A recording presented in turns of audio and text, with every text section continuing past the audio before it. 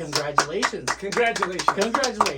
Everybody, congratulate Alex Martinez for being on episode 125 of Between Nerds Podcast.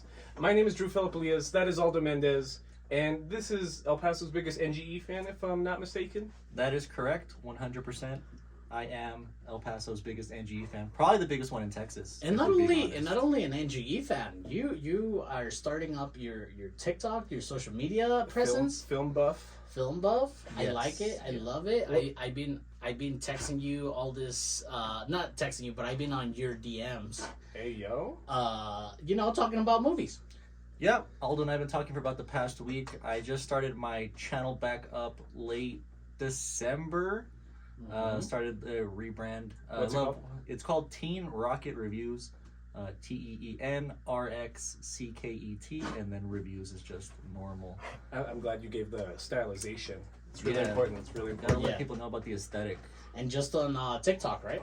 Just on TikTok for now. Eventually, I'm gonna translate that to YouTube once I get a little bit more comfortable with.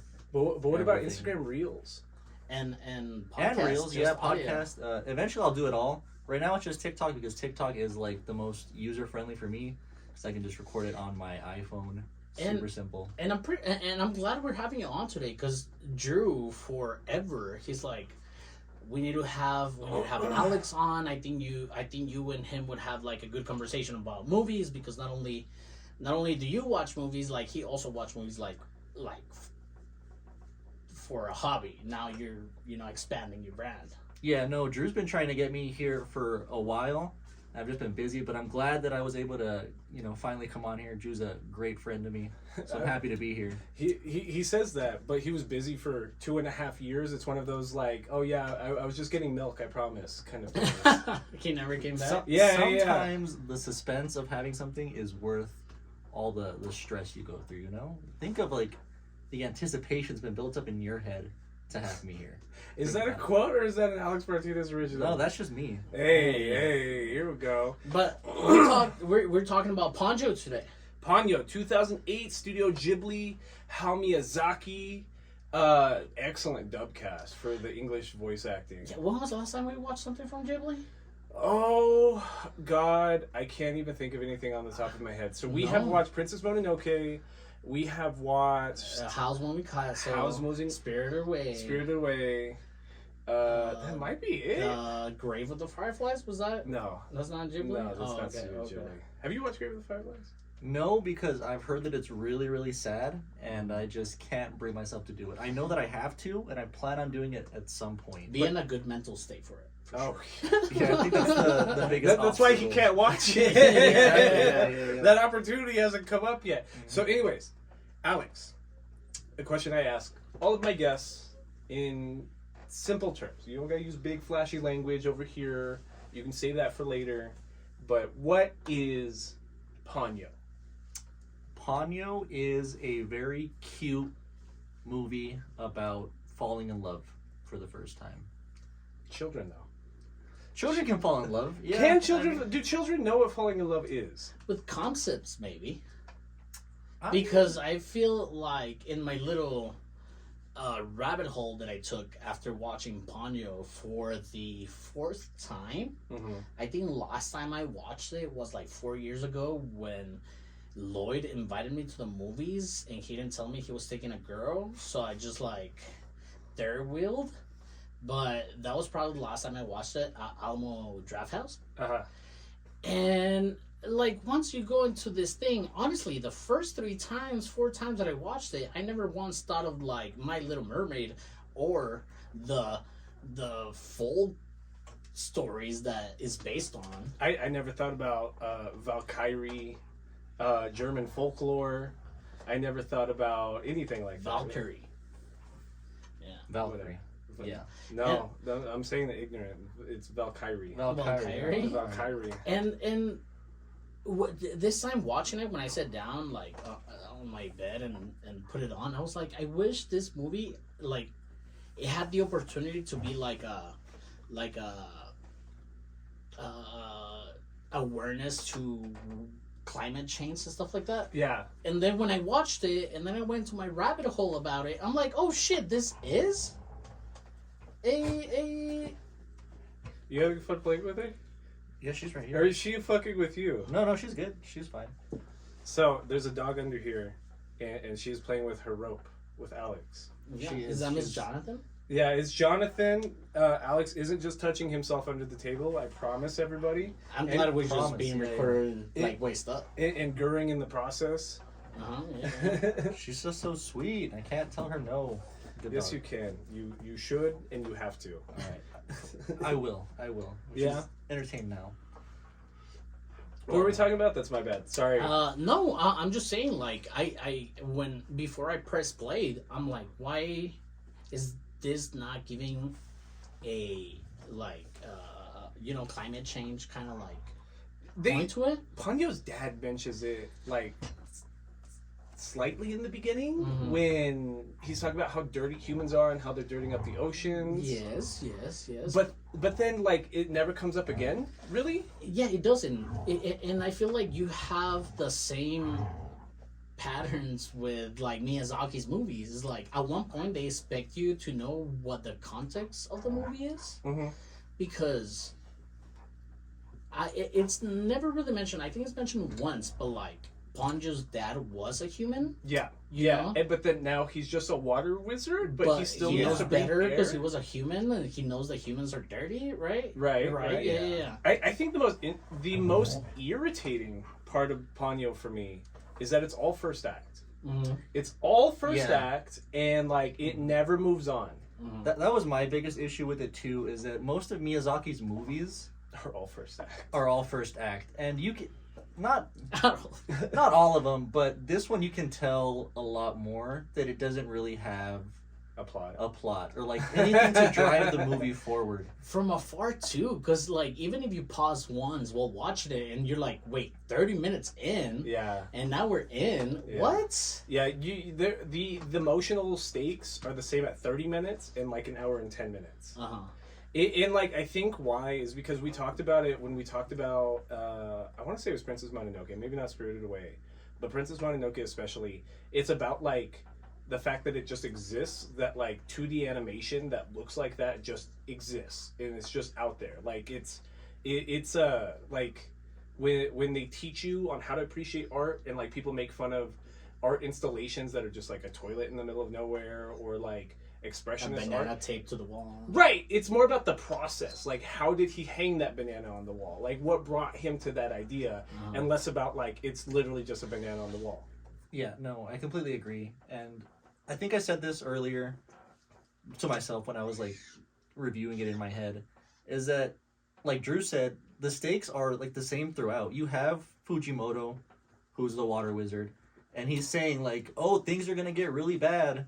But then you don't ever really see the effects of what's going so bad. Like, yeah, the moon's getting bigger, Hashtag water wizard. and like the sea life is getting more like ancient and agitated. But Yeah. like that's about it. Like Devonian. exactly Devonian, yeah. They But flat like, out used the word Devonia at one point. but that's it. Like, why do I care if the little fish girl, for lack of a better term, She's a like, goldfish, apparently. yeah, she's a goldfish. Like, Apparently. why do I care if she stays on land or goes back to the sea? Like, I just... You have no emotional investment in these Yeah. characters. Like, at all. Like, it's supposed to be like, they're children, so they're sweet, and they're innocent, so you should just have a stake as, like, an empathetic person in how the story plays out with them in it. Mm. But I'm not convinced that that's, like... Enough. real good storytelling. Well, see, in the rabbit hole that I went, which was an odd one for Miyazaki, because we have talked about Miyazaki not being the greatest of dad. You know, So he made a movie about his son. you know what I'm saying? No, not even that. Like, he makes a movie, and not only Ponyo, but like Princess Mononoke, and the other one that we haven't watched, the one with the weird trash pandas. What do you call them? Raccoons? Pompoko? Pompoko? Yeah, What is Pompoko. that? Yeah. It's one of his earlier works. I don't think I've ever even heard of that. So like in this rabbit hole that I go, like a lot of people have the conversation of like, okay, like the reason Ponyo is it's maybe something that you might miss is because as a dad, I see that Sosuke is acting independently to what he is inspired to do. So in a lot of these movies, in a lot of these conversations, they're like, yeah, it's like your kid is having an interest in something and you don't have to like pull them away from that. Okay. Especially if it's something like nature. Like in Ponyo, in what was the movie? Pompoko, like they're like the same vocabulary is used, like, oh, it's because of humans that this environment is dying. And also Princess Mononoke too. Like Princess Mononoke is about humans being like in peace with the forest. That one was really on the nose. You Like know? that one, like it wasn't even subtle about its metaphors in Princess Mononoke. But if I understand you correctly, I think you're saying that you should have the very special little boy have his very special boy interests. Yes, no, yeah, and it's about like that kid not only because they're not like crutching with their parents. Like Sosuke, it's pretty much alone the entire time. It's a Charlie Brown. Oh yeah, You know what I'm saying? independent adventure. Yeah. And Little man. And then not only does he go through little hardships as far as, you know, like, oh, my boat is not big enough for me to go in the ocean. Where did mom go? Yeah, she never came back up the mountain last night. But she then leans on Ponyo, and Ponyo leans on him. So it's these weird conversations that I found, like looking through Ponyo's conversations, that is like, did Miyazaki really meant this? I'm like, it seems like too much of a good father. For him to come up with these conversations. That's almost like, I think it's funny that you're relating it like that, because a theme in the movie is that there's an absent father because he's out there working hard, like to support the family. Or a captain. Yeah, he's the captain of a fishing ship. Yeah. So like both of those things you said. But like I think what's funny is like from that lens that you're describing, it's kind of like Miyazaki's like gaslighting his kid and his wife, being like, "Look, guys, I'm out here supporting the family, just like a captain on a ship during a deadly storm. Please praise me." And we've seen this theme too, where Miyazaki puts his father figure, his own father figure, like in his movies. It's wild. Yeah. So like looking into this different aspects of like the movie, and right now when you guys said that, oh, this little person doesn't look like a goldfish, even though she is referred as a goldfish throughout the movie. Yeah. I saw that there's like this like old Japanese, almost like the Little Mermaid tale, where like this lord gets a concubine for the baby because they couldn't have a kid. Yeah, and then the wife killed the concubine, and it ended up being like this human morphy kind of fish thing, who resembles kind of Ponyo. But Ponyo in itself, like you said, it's just one act. Ponyo's almost like so fantastical it doesn't want you to ask questions. What do you mean? It's just a stupid magical fish in stupid magical world. Exactly. And I compared it to My Neighbor Totoro a lot, because they're kind of the same, like they're like slice of life-esque. Yeah. You know, it's just focusing on these kids doing kid things. But where My Neighbor Totoro is better is that My Neighbor Totoro has like a subplot that you're following. You know, you have the mom and she's sick, and the dad's trying to raise these girls by himself. Oh, that's and right. it's like a running sub thing, you know. Dad. But when you get to Ponyo, it's like you guys are saying, and I didn't see it quite the way you did, Aldo. I thought it was just like, you know, Asian cultures in general allow their kids to be more independent. Is that true?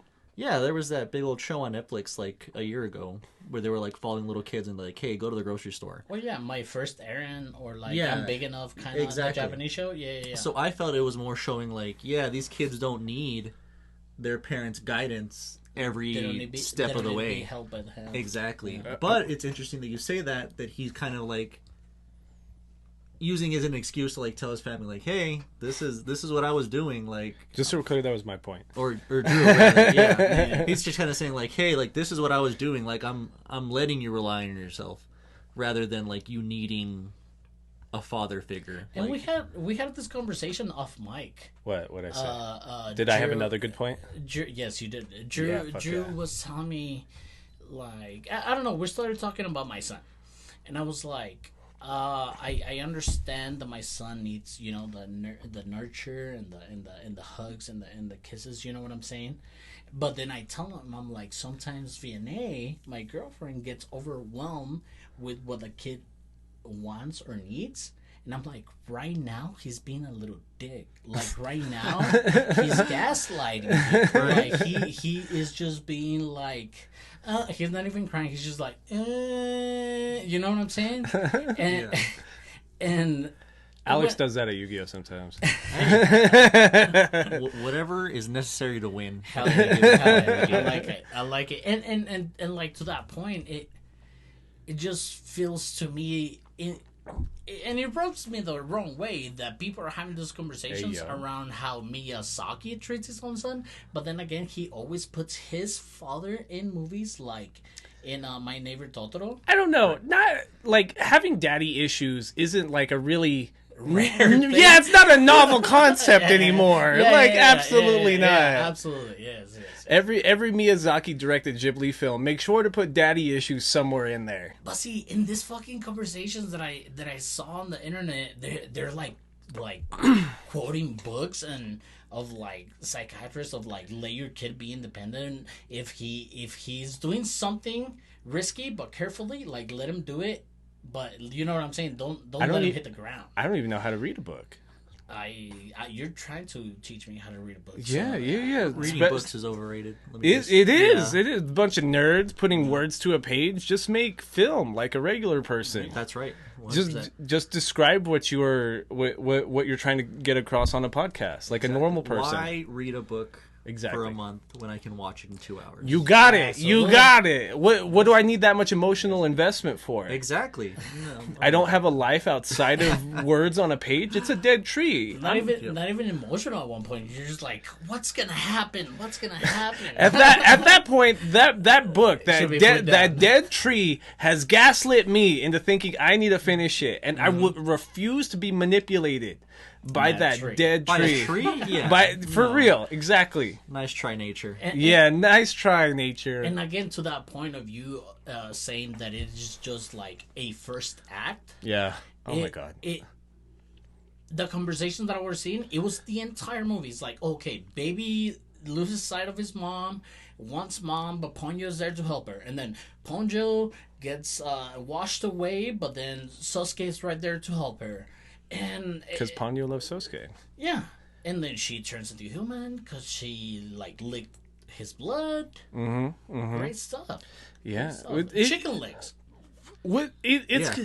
Chicken legs. Honestly, I hate the chicken leg Ponyo design.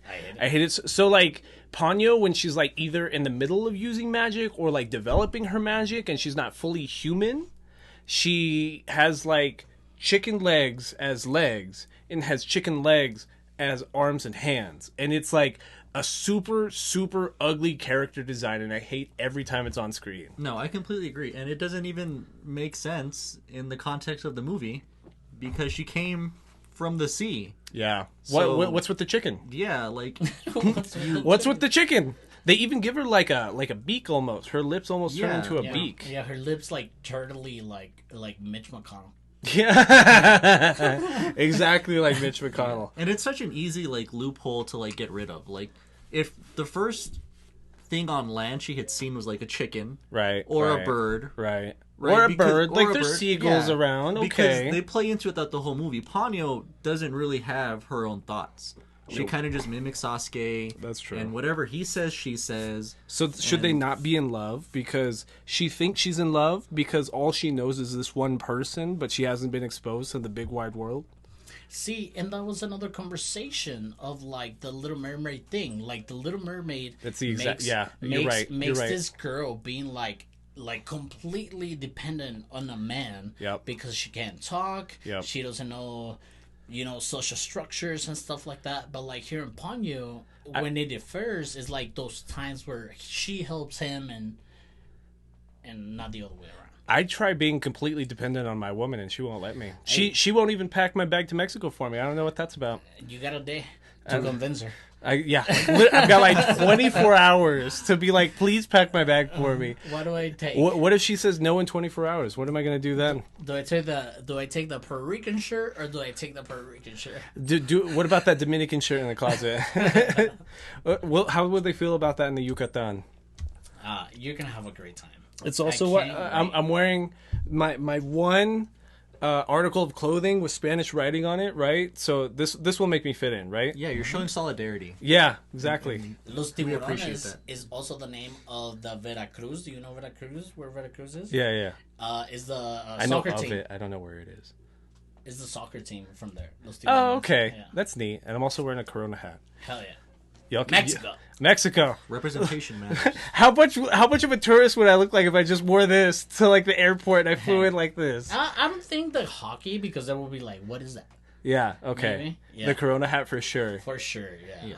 Like the most ignorant thing I could be wearing. I'll give you my sombrero that I have in the back. Yeah. I was told that that Aldo just carries one at all times in case you take an impromptu trip to Mexico. Yeah, you never know when you're gonna need it. You never know. Maracas. You have And to an have it in your accordion. ticket. Hey, that's a hard instrument. That's why Aldo's having so many kids. He's trying to start a band, Yeah. a mariachi band. Hey, it's an uptaking. You know, there's lots of instruments to play. Aldo told a whole story like 2 weeks ago about how like you can actually make drinking money off of a mariachi band, and that inspired me. And now I'm gonna learn how to play the accordion. The accordion. That's Just the accordion. just the accordion. Just the accordion. I'm not gonna try to sing. Learn how to keep a beat. Learn how to keep a rhythm. Just As gonna. long as you're good at one thing, Exactly. and really good at that one thing, I think you'll make it. Is that why you're so successful? Yes. Not multi-talented. One talent. That's Yeah, it. just focus on what you're good at. Honestly, Yeah. that's the most like real advice I feel like I've heard in like months. Yeah. No. People don't need to be a bastion of brilliance. You just gotta. Yeah, no. When they tell you to be a jack of all trades, they're setting you up for failure. They're gaslighting you. They're gaslighting you. That's exactly what it is. Like, you can't just be good at this. Yeah. You can be yeah. good. No, you cannot be good at everything. That's Don't absolutely let people true. lie to you. Don't lie to your children. But be anyway. real with your kids. But to the point of like this story not being misogynistic. Yeah. Yeah. You yeah. know what I'm saying? Which again, It's a matriarchy. Both sets of families we see are a matriarchy. To be the old honest. people. Well, I didn't even think about it. The old people. There's not a lot of men, They're which just being like boomers. Like, put that girl back where she came from. I like Sosuke's interaction with like the nice old ladies. Yeah. I don't like when the mean one. What's her name? Taki or Toski or something like that. Tokie. Tokie. I'm Toki. hey, I'm just hey. making stuff up. I'm just making stuff But up. this guy, look at him without a screen, without anything. God, I feel like an idiot. Special boy brain. What I say? I feel like an idiot. But okay, so then that's I'm glad we brought up Toki because Toki's like the salty, mean senior member because Sosuke's mom works at the senior center. But out of nowhere, there ends up being like this little progression arc for Toki and only Toki, and she's the only one that learns the power of empathy. And that's through seeing these children falling in love, kind of, or like her interactions with Sosuke. Sosuke has such a big heart. He's so empathetic. All he wants to do is help people. And that, like... She's learning from him. Kind of. Right. It's one of those, like, defrosted this old bat's heart kind of thing. Because I'm so tired of taking care of old people. But I feel like it comes out of nowhere, Yeah, it kind does. of. Like, It all of does. a sudden, there's 15 minutes left, like, Toki's a good person now. And I'm just like, didn't see that one coming. I kind of forgot she existed after the first 15 completely. minutes. When we get the scene where the ladies are underwater with Fujimoto and they're like watching Lisa True. and Grandma Mari talk, and I was like, and then Tokie shows up on the beach talking about not to trust Fujimoto. I was like, oh, I forgot that you were in this movie. That's great. She ends up being a conspiracy theorist. Don't trust anything they say. The other ladies walked into the ocean and they never came out. Yeah, it's just very out of left field. Can we Out talk of right about field. how? Can we talk about how Ponyo like abandoned all of like 80 kids When was this? in the ship? Like at the very beginning, when she escapes the submarine, where Niam Leeson is making some like ocean magic. Well, that was kind of like that's Fujimoto's home a little bit. Like when, Yes, when there's no, like no. the little Panyos or whatever. No, yeah, but So like, she just left her sisters. Is that what you're saying? But like the taste of like those first minutes of the movie is like a hostage situation. You think? Where Ponyo is like slowly creeping out of the window, and then she's kind of leaving, but like Fujimoto is like doing the ocean magic, Right. and then all the kids start coming out, right, and they're making noise, and then she like kind of piles them back, and then Fujimoto is like, where is it? But the other fish in the ocean are kind of blocking his like Field of vision. Yeah, field of vision. He can't see what like Ponyo is doing, and she kind of is like, shh, get back, and then she leaves and like travels on a jellyfish. I just took it as like she was the most mature of the sisters, right? Oh, So okay, like maybe okay. I 'cause- thought she was mother. Mother. I get what you mean too, because that honestly, Karen had never seen this either. I don't even think she sat through an entire like Miyazaki film, if I'm thinking about it right now. But that was the first thing she said, because that's like literally the first like 30, 45 seconds. Yeah. And it's just like, why is the big one leaving the other little ones? Yeah, because I thought she was gonna take him with her. Like this, I've seen this movie. But I'll like, come back for you, sisters. Don't worry. Yeah, but like it's never mentioned again. Like not even when Ponyo gets back into the sub. The way I took it is because there's one piece of dialogue from Fujimoto that says that Brunhilde Ponyo is the strongest of all his daughters, or something like that, or the strongest of all his wife's children, which like is her sisters, like his daughters, right? And like that's what I took about her being the biggest. Like she's the most mature, she's the strongest. I was thinking, what was I thinking of? I was always thinking of like birds, because like it's always like the biggest bird that like flies itself out of the nest first, right? Or gets pushed out of the nest first. That's how I took it. I don't know. I might have just been making excuses for the movie. I was just watching funny colors and funny fishes on screen. It just seemed weird to me at the beginning. I was like, what was that? Yeah, and it's very Miyazaki-esque again, like that he has these like little creatures that don't really serve A purpose. Like, he did it in Spirited Away with the soot balls. Mm-hmm. He did it in My Neighbor Totoro with the little.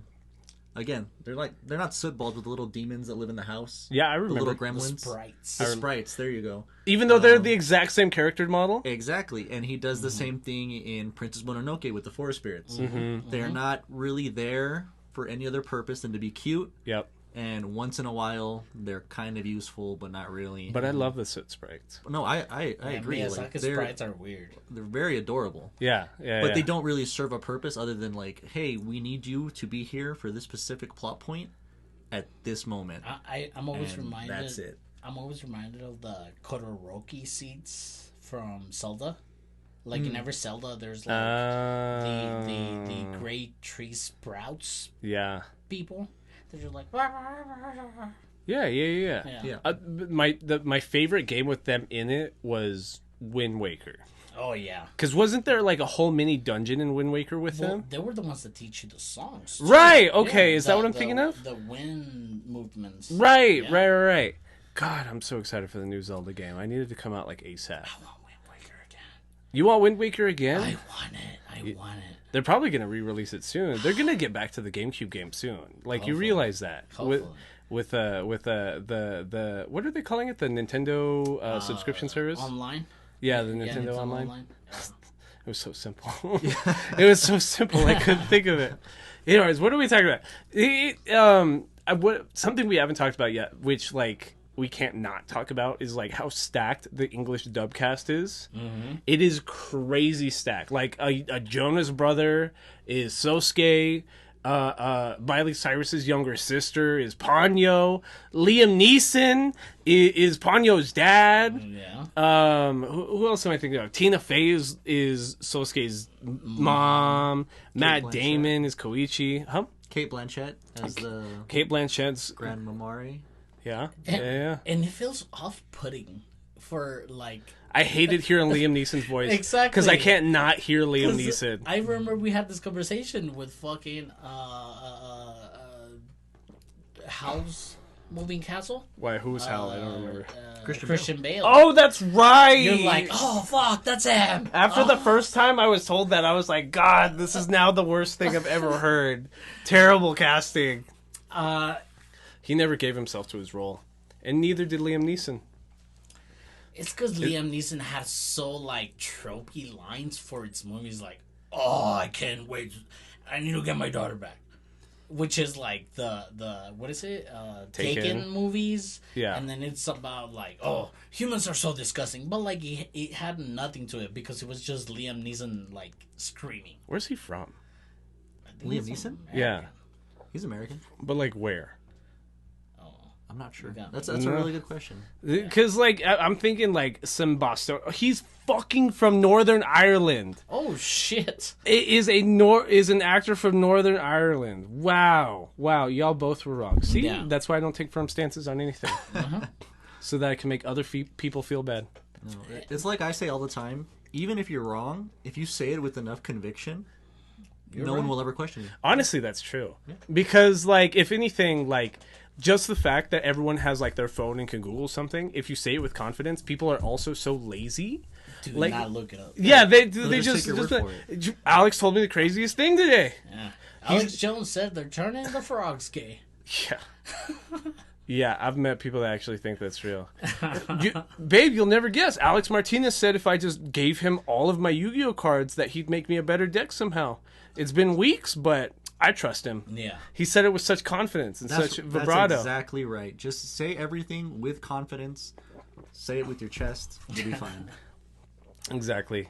God, what else am I thinking of? We're thinking about the cast. The cast definitely puts you away from it. I saw a written quote from the music director from the movie. They actively tried to write the scene where Ponyo is like riding the waves that are her sister as like certain pieces of music from The Little Mermaid. Oh shit! Okay. Yeah, so it's I couldn't hear it, but apparently everybody producing the movie was thinking of The Little Mermaid nonstop. But everybody that watches the movie will never like come to that same conclusion. Yeah, and that's what I'm saying. Like this, like fourth time watching it, it's just like, what am I missing? Because I watched it and I'm like, it's because it's a kids movie too. It is. It's G. I whispered this earlier. It's rated G. I was watching it with Saeed. Saeed was just like, oh, water. You know? Was it as good as the Avatar sequel with water physics? Oh yeah, it was. It was. Have you watched the new Avatar? No, I refuse to watch Avatar 1 and 2 on principle. What's the principle? What's the principle? I'm not going to give James Cameron more of my money.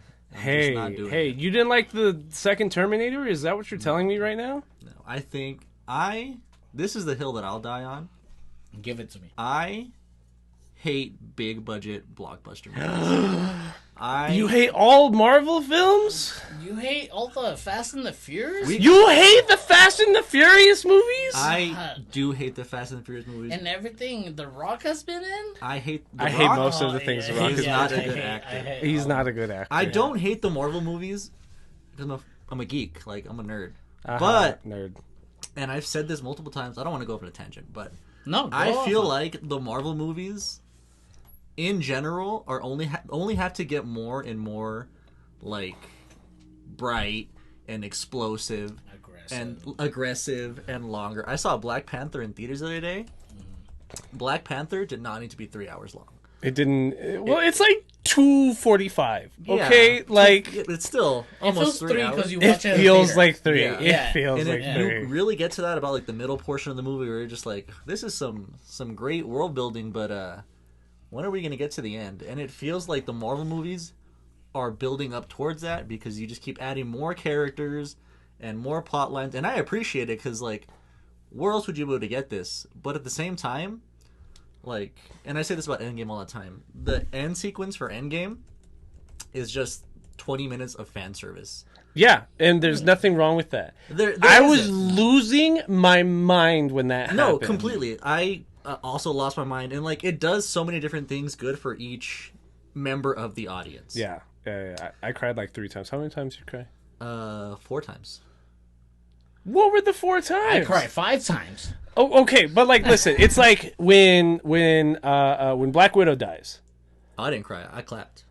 What? Yeah, insufferable character. I thought it was gonna be What? Hawkeye. I thought it was gonna be Hawkeye. I didn't like Black Widow. 14-year-old me would be so upset hearing you slander Black Widow like that. I'm not a Black Widow apologist. I'm sorry. That's ridiculous. Y'all are crazy. Because it would have made for a better show and a movie to have Black Widow alive than Hawkeye, which was a throwaway character, even though they knew it was a throwaway they did character. They did it like that because they knew where they were going to do the Young Avengers anyways. So they needed him for the little Hawkeye bitch. The girl. Yeah. That's why they did it. Yes, in hindsight, you see why they did it. And to the same point, like what Marvel began to be and what it finished off with the Infinity Saga, like we get it. Disney's gonna make its money either other way by throwing shitty shows, throwing shitty movies while they work on their other like saga, I agree. which is what's coming. But like right now, a lot of fucking nerds have like this super heavy opinions on the media. There's like, dude, it's the fourth phase. It's the first phase of the second saga or whatever. It's like how many bad movies did we have in phase 1 of the MCU? Doesn't matter. We had 2 bad Thor movies in phase 1 of the MCU. I firmly believe that the first Captain America is a dog shit film. Yeah, I've been saying that for like 15 years. But I've been saying, and Winter Soldier's my favorite. Exactly. But I firmly believe that Captain America: The First Adventure is a dog shit movie. I've been saying that for like 15 years. And the Thor's movies terrible. Both of them were bad. Both of them. It took me like 7 years just to watch the first Thor because all I knew was that it was bad. The only one that like actually was good was Iron Man. Oh, Iron Man, the first one, yeah. The first one and the second one. Second one not so much, but the third one sucked. Third one's bad. Third one's bad. Third one's bad. I agree. Second one's okay. But like the third one's technically phase 2. Yeah. Yeah, I think that's it for phase 1. Anyways, we are super off track. It doesn't matter. Yeah. We like, what were we relating this to? It comes to the same like world that Miyazaki's building. Like all of his movies are all these Miyazaki-esque things. Mm-hmm. I knew that was the conclusion we were coming to. You know what I'm saying? Yeah, I remembered that. So, like, Princess Mononoke is good. Mm-hmm. You know what I'm saying? Spirited Away is good. Excellent. Howl's Moving Castle is really good. Amazing.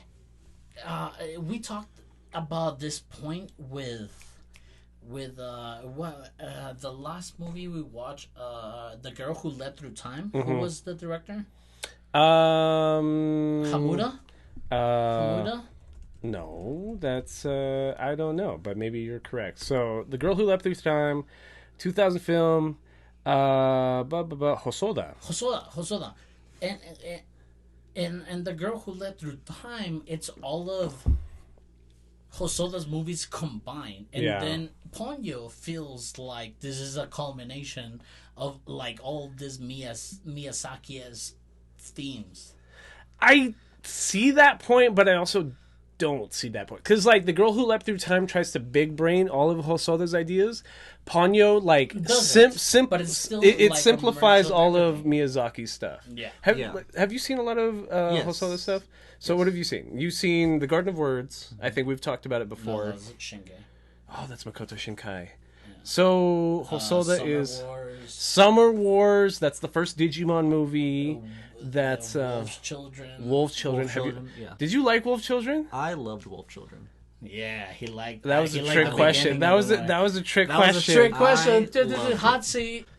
Why did you like Wolf Children of all things? I hated Wolf Children. I was actively upset the first 30 minutes. I just like very emotional, like, movies. And it touches like a lot of like nerves because it's about a family. Like, why did he have to have sex with her as a wolf? Yeah, you can't. I won't apologize. Like, he has the capability of having sex as a human man. I don't know why he had to go from being a human man to a wolf to hook up with this girl. But ask yourself this: if you could be a wolf, no, absolutely not. I'm not gonna ask myself. Honestly, I would need to like. I would need to give Karen a psych eval, being like, "Why the wolf? Why did it have to be the wolf?" But like, if you were a wolf boy, you would have to ask consent about the wolf thing. It's like, can I fuck in my wolf version? You know what I'm saying? Like, what a terrible conversation to have. You don't just turn into a wolf and like mate. I don't. Yeah. And there was no consent. But like, there's something. What's it called? There's nonverbal consent. It is a thing. It is a thing. but it's also like impossible to prove in a court of law. So like maybe you should get verbal consent to your point. Yeah. Verbal, written, paper contracts are coming out. Contracts. I need the app. I need put your Give me a fingerprint copy here, of your please. ID. Yeah, give me a copy of your ID. Let me get it on camera. My name is Drew Elias, and I consent to being on Between Nerds podcast. Speaking of consent, back to my original point. I'm not sure that 2 5-year-olds can give consent to be with each other forever. But see, that's the thing. It wasn't about like. It's not about romantic love. It's about romantic love for sure.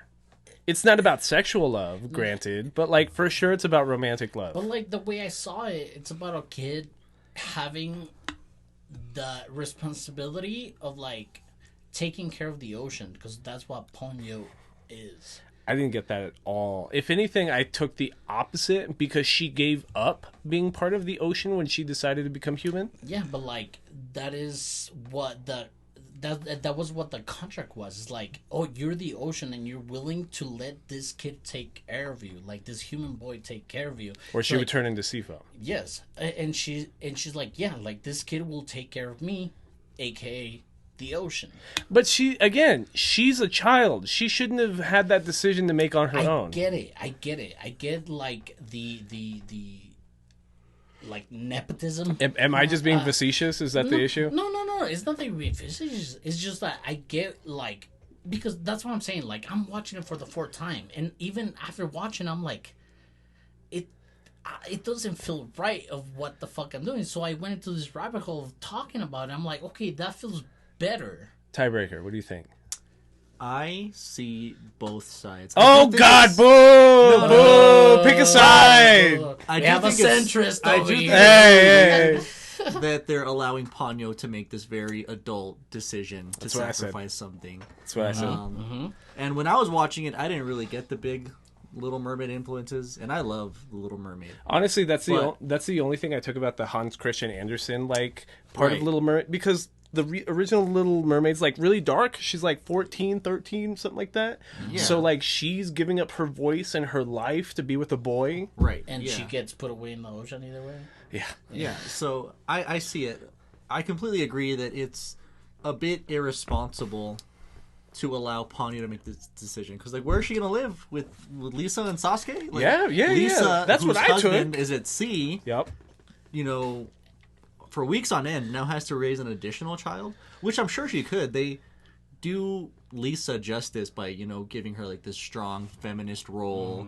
You know, she can't drive. Feminism in 2008? But the Japanese are ahead of the curve. Hey. But Lisa, like, they're going to give her another child. And a child, again, that doesn't really know a lot about the surface world. Yeah. And it's problematic at best and irresponsible at worst. I agree. Aldo Mendes retort. And this is not the first time me and Drew see this. I'm Drew. See, like, why are you giving us all these lolly characters in this like super like dense like storytelling? It's like, what are we talking about? Why couldn't it be like a grown up? And with Jacob Anuelos, we saw 2 animes in which, yes, the rhetoric is good. The plot, it stands on its own, but why would you have to give me a lolly character? So we watched both No Game No Life and Plastic Memories with Jacob, and both of those are like 14-year-old amorphized female. Oh yeah, no, you don't gotta tell me. Oh, okay. No, that was for the audience. That wasn't for you. I know you know what a lolly is. But in the same sentiment, like, this story carries underage children which don't have any sense of consent or like romantic love within each other, but like, so you logic it as like it's not as bad as I'm making it out to seem, because it's not lollies. Like, it's not Japanese sexualization of minors. It's actual like, hey, do you love this person? Yeah. Like, are you so innocent that you can see yourself taking care of this person for the rest of your life, kind of thing. Like, I see your point. I don't agree, but like I see your point. Hey, as long as you see it. Yeah. Like I see it. I'm like keeping it at arm's length, but I see it. I see it. Not that far. Yeah, and I agree with you as well, Aldo. Like to the point where they are kids, but He hates our jokes. it gives them like, because even Lisa says it when Lisa goes down to the retirement home. Oh yeah. Like she trusts her 5-year-old to Weirdo. watch another 5-year-old. we'll say she's 5. Like she's probably young. Like or who knows? Who knows? She's been in the sea for. She's who a knows how fish. many- Exactly. I don't she know could how be fish one. age. Who She could be knows? 1. She could be 1,000. I would That's have been. true. know. I would have been more critical if it wasn't Miyazaki Ghibli Studios. Yeah. Right. Definitely. Right. Yeah, Right. Definitely. So if it's like the studio that made Plastic Memories, then you're like, Exactly. I would have been like, yo, what the fuck? hey, Yeah. let's put the brakes on this one, guys. Yes, Come yes, on. Yes. And that's why Ghibli, like, and Miyazaki himself can get away with making this kind of movie. How old is he Because- right now? In his 50s, 60s. No, Whoa, 80s. whoa. He's old as We're dirt. talking about the impact of what Marvel is doing to it. 82. 82. How Miyazaki's 82. We're talking about what the impact of Marvel movies are right now, and they're like, how are they gonna pick it up? It seems like they're at a plateau of things, and Right. and Ghibli, Miyazaki himself has been in a plateau for a while, and he's coming out with a new movie. I don't think he's been the lead producer for a film in a while though. Like Studio Ghibli's producing movies. Exactly. Right. Which is the same thing with Kevin Feige in the Marvel aspect. It's like, okay, you guys do your thing. I hire you to do mediocre shows. Mid shows. I mid like movies. She-Hulk. I like She-Hulk too. You didn't like Moon Knight. She-Hulk? I like Alex Moon Knight. immediately shook his head. Did you see that? I did not. I don't like most of the Marvel TV shows, though. I liked WandaVision. Hey, I you're thought the greatest. WandaVision You didn't was like the Loki? best. Loki's I thought Loki great. was good. I didn't think it was as good as WandaVision. I thought... No, but then again, you're comparing it to something Right. super in depth to what the Marvel universe is. Like, WandaVision and Loki are different things. Like, you cannot compare the both. Right. No, Right. I mean, I agree. Like you're saying, they're thematically the same. Yes. But yes. they're very different. Like Yes. WandaVision, is a grief study. Yes. And it's about coming to terms with loss and stuff. And Loki's not. Exactly. And then She-Hulk is nothing like those two. I love She-Hulk. It was good, but it's not resembling to those Bro, risk stories. Daredevil Yes. fuck She-Hulk. Yeah. That I like that it. that already puts it like an Charlie 8 or a Cox. 9. Charlie Cox gave She-Hulk that cock. Like it's a thing. It's canonized into the MCU. And the Shane Walk, the Daredevil does. Hilarious, amazing. Hilarious. It's honestly, I think you're being entirely too harsh on the MCU. No, I'm not being hard. I think so. I I think am. so. I'm You are? not. 100%. I'm not. Have you seen all of them? Did you watch Miss Marvel? I have seen everything Marvel has put out. And look, I'm not going to say that I'm not, like, Biased. Like, if Marvel puts out a movie, I will be there on Thursday Me too. at 9 p.m. Let's do it. I completely I'm never accept invited that. to your and Jay's little dates on those Thursday nights, though. It's okay. Jay's not invited anymore. either. Hey, I like going to movies by myself, okay? I like to That's sit my there friend. and cry by myself or laugh by myself. Jay doesn't like sharing popcorn. Jay does not like sharing popcorn. Jay, if you're watching this, which I know you are, share your popcorn with me. It's very expensive. He doesn't want to watch the body of the episodes. He watches clips. Yeah, no. He'll see this clip. He'll see this clip. one. Okay, Yeah, all no. the Mendes will make sure this is a clip. This Yes, one, definitely. this right here, this J. Alejandro Garcia call out. Yeah. But But then again, with Miyazaki's new movie, like, I really hope. do we know what it's about? I don't. Yes, we have a rough synopsis. It's about a little boy. It's called How the Wind Rises. Mm-hmm. It's about a little boy coming to terms. It's a coming of age story. Fucking course it is. So yeah, exactly. Very on brand for Miyazaki. And it's about, I think he lives with his dad, if I read the synopsis correctly. Absolutely. And it's about him like just coming to terms with like getting older and like certain things like that. The Wind Rises is 2013. The 2023 release is How Do You Live? How do you live? Yes. How Do You Live is the new movie. Is it the same? Inspired by the 1937 novel of the same name, described as a big fantastical film. Okay, that sounds novel for a Ghibli film. Mm-hmm. Absolutely not. So this will be My Neighbor Totoro for boys. 100%. Exactly. Is My Neighbor Totoro for girls? I think it's more like I like that. gender neutral. I know, like, I did. But what I'm saying is, like, the main character will be a boy, so Okay. little boys can watch this, or teenage boys can watch this and be like, oh, that's me. Like, honestly, I hate writing like that. I bring that up all the time. Like the type of writing that wants your audience to see themselves in the character. I absolutely hate that. And maybe it's because like I watch too much fucking anime, so it's always like you think of Sword Art Online. And you think of like how the main character he's just an average boy. And if somebody just paid attention to him and he had the perfect amount of setup and circumstances that led him to be the perfect little boy, then everyone else would realize how special he is. And he'd get the hot girl and make the perfect family. And then like, I hate that writing. It's very lazy writing. I agree. I feel like if you're a good writer, you should be able to like cast anybody. Everyone should hate your character. Oh, I feel like everybody should love your character. Like, when I'm watching a movie and I review it very highly, it's because I can see myself in the character. Doesn't matter if they're an old man, they're an old woman, they're a shell with shoes on. Like, honestly, I want to watch it. It's a good movie. I tried watching it with Karen, but instead she made me watch that slasher movie about porn stars in the 50s or whichever. X is great. I hated X. I hated X because it's just like 30 minutes of 1970s stylized fucking, and then it's a 50-minute slasher film. That's what makes it so great. Nope, didn't like it. That's what makes X so great, is that it's an homage to like all this like really bad grindhouse films. Yes. Yeah. And then you see some old people just going at it on a bed, and then 20 minutes later they're all dead. I love it. Didn't like that. Sign me up for more X content. Didn't like that one bit. Loved it. Is the prequel out already? The prequel is Pearl. Pearl came out last year. Pearl came out last year. Yeah. But and we I loved still Pearl. haven't. And now we're going to see the afterwards, which is Maxine. Maxine.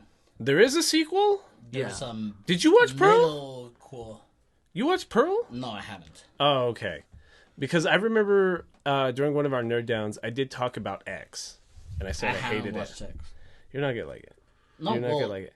Even the gore isn't cool. I never had. What? I don't even think the gore is cool. I don't even like the gore. I never had an interest in X until Pearl came out, and I was like, "This is a prequel to X. Okay, then I have to watch X." But I haven't watched Pearl, and then Pearl came out, and then now Maxine's coming out. I'm like, okay, 8/24. Maybe it's because I don't watch as many films as Alex, but like I don't like that independent films are just all horror now. I don't like that. You know what? I used to think of myself as someone that likes horror, but then I hear a lot of people's opinion on like these horror movies, and I'm like, maybe I don't like horror. Because I watched The Black Phone not so long ago, and that was good. I don't know what that is. Do you think that was good, Alex? I loved The Black Phone. I saw it in Juarez. Yeah. Black Phone is about Ethan Hawke as the grabber, and it's like about kidnapper. Yeah, he kidnaps kids, and then like the last kidnapping victim like has to like use like the ghosts of like the victims to like escape the chamber. Yeah, Ethan Hawke is great. It's like a kidnapping ghost of futures past. Yeah, it's like it's supernatural. Like, is it the best horror movie? No, but it's a lot of fun. But is it as good as the Titty Monster film from last year? Titty Monster, the Airbnb one? Yeah, the one. No, Barbarian. About the titty monster inside of the Airbnb. Yeah. Terrifying. I love. Imagine there was an ugly titty monster inside of your Airbnb. Yeah, I wouldn't be able to. I was telling this to a few friends that Barbarian came out before I was supposed to go to Arizona and stay in an Airbnb. So I was like, no, I'll just stay in my car. Like I'll be safer there. I'll cancel the reservation and get a hotel. We're not doing this. I need lights and cameras and witnesses everywhere. This is too much. And it's funny because I was telling the girls this because I stayed with some friends while we were there in the Airbnb. Lady people. Oh wow. Okay. But I woke up at like 7 a.m. and I heard someone walking through the Airbnb, and I was like, oh, someone's got to use the restroom. Whatever, I'll just go back to sleep. And then a few hours later, we were all awake. I was like, hey, so who used the restroom at 7? And then they were all like, oh, yeah, no, we were all asleep. And I was like, ha, ha, ha. No, really, who used the restroom? Like, no, we were all asleep. And I was like, it's a good thing it's our last day here, because I'm not. It was the titty monster. Yeah, exactly. She came out of nowhere. Hey, can the titty monster be a he? So Ponyo? We're talking about Ponyo.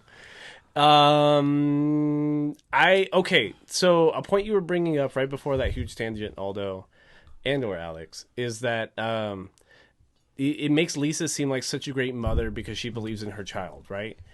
But I think the first 20 minutes kind of shows that she's too lenient with her child. Like, she lets him bring a pail with water and a goldfish in it and take it to school, and then she doesn't really watch him go to class, and he just kind of skips class, and then he actively harasses a senior citizen at the senior citizen center that she works at. That's what you see, but the dialogue serves it to you differently. That's what I saw. Yeah, exactly. So, like, when Sasuke brings this weird goldfish into the house and the mom is running late, hey, Sasuke, get in the car. Oh, hold on, I need to bring this new body I made. In the car, they're like, look, Mom, like, I have a new goldfish. And the mom, being so dismissive of him, she's just driving, like, she's recklessly. Fast and Furiousing the shit out of this mountain. And she's just like, oh, cool, honey. It's like, you got a new fish. It's like, yeah, she likes sandwiches. And she's biting my fingers. And she's eating the ham. But, like, it does feel like she's being dismissive of him. But, like, the conversation she's having is just like a busy mom. You know what I'm saying? She's like, okay, make sure you show your goldfish to your classmates, blah, blah, blah. Ask your teacher first if you can take him to show and tell. I'm dropping you off. I need to go. And, like, that's where Sasuke's like, hey, motherfuckers, look at my goldfish, who is a person. Sea person. Sea witch. Sea witch. She is a sea witch. She is a sea witch. Yeah. No, I mean, it's a valid point. Like, and I just think, personally, based off experience, like, when you have a single parent, they're kind of just going to placate you. You know, they're going to say, yeah, whatever, go ahead. What's that word? Placate. Okay, what's that? Placate. They're kind of just going to, like, please you. Like, do whatever you want to do. Like mirroring. Yeah, exactly. Things. Because they're so busy, and you see it later on. She's very busy. She's, doing all this stuff by herself. She's not really paying attention to what Sasuke's saying. Like, yeah, she's mirroring him, like you said. She's answering his questions. She's giving him feedback. But how much of it is she actually retaining? Not a lot. Not a lot. None of it till it becomes an issue. Yeah. Exactly. And at that point, it's like, what can you do? Like, you already have this weird fish child that just came out of the tsunami. Your child's in love with a weird fish child. What do we do about this? Exactly. Well, you can't turn it away. Like, you can. It's like a vampire. Once you let it in the one time, like, it's just stuck there. I mean, there's a tsunami raging outside. You just saw this thing, like, running on the waves. Are you really gonna upset it? What? Okay. Again, talking about the whole first movie is a first act. It's like watching, what's that Disney movie where Mickey is like a wizard and it's like Fantasia. all Fantasia. I don't like that the middle of the movie is just fucking Fantasia. It turns into just like, Ponyo's dad is the water wizard and he's making potions, and Ponyo's a little dickhead and wants to go see her boyfriend. So she just like floods his laboratory and puts the magic fish water inside of the entirety of the ocean, which like floods her with magical energy, and then floods her sisters with magical energy, and then floods the other fish with magical energy. And that's what causes a magical explosion that makes the moon move closer to the earth, which raises the tide, which creates storms, which like creates an island on which Sosuke's like house now lives on. So, and that's just to isolate him. Like, if you've ever seen any type of toxic relationship, the first thing they do is they isolate the other person in the relationship. Well, one of the issues at the beginning of the movie was that they lived in a coastal region where people were overfishing, throwing shit away, throwing garbage. There was pollution from the big ships from the beginning. So it just feels right to be like, okay, if you want to take care of my daughter, take care of her here. Being given an ultimatum is no way to start a relationship, Aldo Mendes. No, I get it, but it just feels like Am I wrong on that point, Alex? No, I mean, I agree. It's like we said at the beginning, we were talking about how there's these like environmental sub-themes that don't really get touched upon the rest of the movie. And that's exactly what it is. You see, like at the beginning, to Aldo's point, where he's being entrusted with the ocean. God, he loves playing both sides. You can tell that Sasuke loves the ocean. Let him play. But at the same time, like there's these environmental sub-themes that are addressed at the beginning and then just never talked about again. Even at the scene where Sasuke loses Ponyo for the first time. If you pay attention, you see him and he's surrounded by like trash. Yeah. There's like garbage and it's just like black and it's like the rest of the city's pretty, but then down here near the coast, it's gross. That's right. And you're like, okay, we're going to talk about the environment. We're going to talk about why Fujimoto doesn't trust the humans, and then we don't. And he's just like, yeah, humans bad. I was wronged good. by humans one time. Exactly. And then even Lisa says it when he's like on like land and he's spraying his little like hydration machine. She's like, oh yeah, we don't use weed killer. And I'm like, okay, she's an ally to like the environment. Like she's good. Fujimoto will realize that, right? will realize that, and then it's just never talked about again. They're just like Fujimoto at the end is still just like, yeah, this kid is the devil. So he doesn't care. So like, is Ponyo's mom the goddess of luck, or what was that in the middle? The goddess of mercy. The goddess of mercy Again, which is not explained. Well, ever. Merciful of what? Of who? Like. I could understand sailors saying that because it's sailors once the tide like recedes because of the giant moon and it creates a giant permanent wave that looks like mountains from the distance. So all they see is this giant glowing 100-meter woman in the ocean and they're like, oh my fucking god, it's the goddess of mercy. Right. That's a dangerous job to be a fisherman like that. Yeah. Like remember that old Alaskan fisherman show? Like that's something to be afraid of. So I could understand Crab Kings. Crab Kings, yeah, Crab Kings. So I could understand, like, sailors seeing, like, this merciful woman and immediately starting to pray to her because it's like they have dangerous jobs. And they're not even confident they'll get back home because in that scene, I think they're using a steam engine because, like, there's steam coming out of the top. Mm-hmm. It looks like it's coal-powered.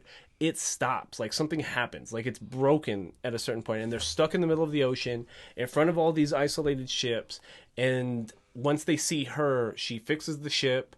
She creates like good waves, these good glowing waves that help them get back home. Right. And something else about Ponyo is that when she gets the magic and all of her sisters get the magic, they turn into giant fish wave things that create a typhoon. So that's kind of what I think Ponyo should have been if, like, Fujimoto had gotten his way. She would have been, like, the new goddess of the sea. Like, this embodiment of, like, good tidings. Because it's a tide, get it? But, like, her being destructive and selfishly using her power is what caused, like, people to almost die. Like, they flood an entire coastal village in Japan. Right, yeah. And they play it off at the end there where they're like, hey, Ponyo, if you give up, you know, your magic, you never get it back. And I'm like, yeah, take away her magic. Yeah. She doesn't deserve it. Like, she doesn't... Terrible with that shit. She doesn't need it. She's Absolutely a 5-year-old girl yep. who is experiencing love, emotions for the first time. Audio only audience, he air quoted. She's just like, it just doesn't make a lot of sense to me.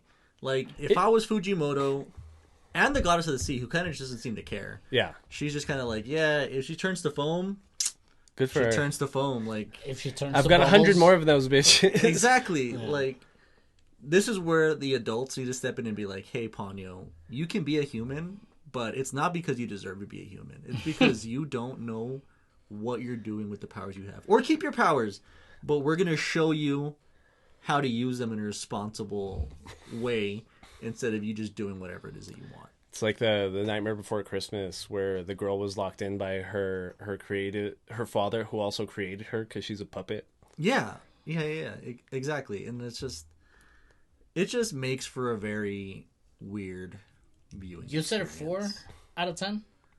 4 out of 5. 4 out of 5. 4 out of so 5? It's like a Okay. soft. Okay. It's like a soft 8, high 7.5. 8's pretty generous. I'd call 8 pretty 8 is generous. Being generous. And the only reason I gave it that high of a score is because visually, like all of Miyazaki's movies, it's gorgeous. Yeah, This absolutely, is not absolutely. my favorite Miyazaki movie. No, I don't think so. Absolutely Either. not. I don't think Yeah. so either. No.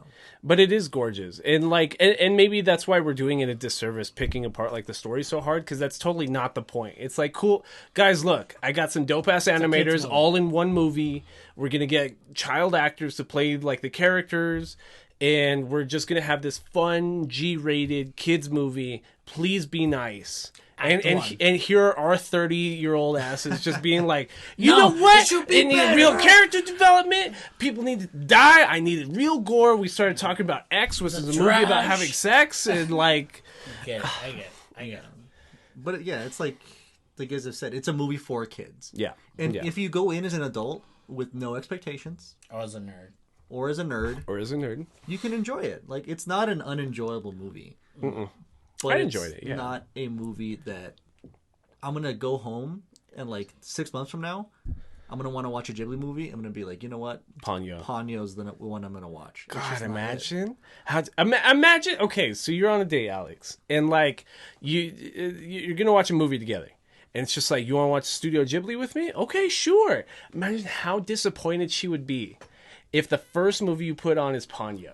Like, you're not putting on Spirited Away, you're not putting on Howl's Moving Castle, you're not putting on even My Neighbor Totoro, and you're Yeah. like, Ponyo. She'd be like, actually, my mom called me. I gotta leave, Alex. My like, friend's calling me. If yeah, I'm okay. somebody, I'm not okay. Somebody has a flat tire. I need to go change that. Yeah. And if you enjoy Ponyo, good for you. Watch other forms of media. Just check out the better things that he's put out. And with that being said, I don't know if you guys have any closing points on Studio Ghibli's Ponyo 2008. I sure don't. And like I said, it's a good movie. Check it out. Where else can people hear or read more of your opinions on Ponyo? You can follow my Letterboxd. It is going to be the same thing as my TikTok without the reviews. Cool. So Teen Rocket, TeenRxCKET. I review everything that I watch. What is Letterboxd? I didn't know what it was until I started seeing you writing things at locals, actually. Letterboxd is like the ultimate app for like movie lovers. It's like a social media app kind of, but you can like log movies that you want to watch, movies that you've already watched, kind of interact with people. I like to write really long reviews because I feel like that gives me a better understanding of what I just watched. Right. I do watch a lot of horror. I watch a lot of indie. I watch a lot of foreign movies. I like to be pretentious as possible on there. But I review everything that I watch, and I do interact with everybody. So give me a follow on Letterboxd. And just download it for yourself. It's really fun. You can find new things.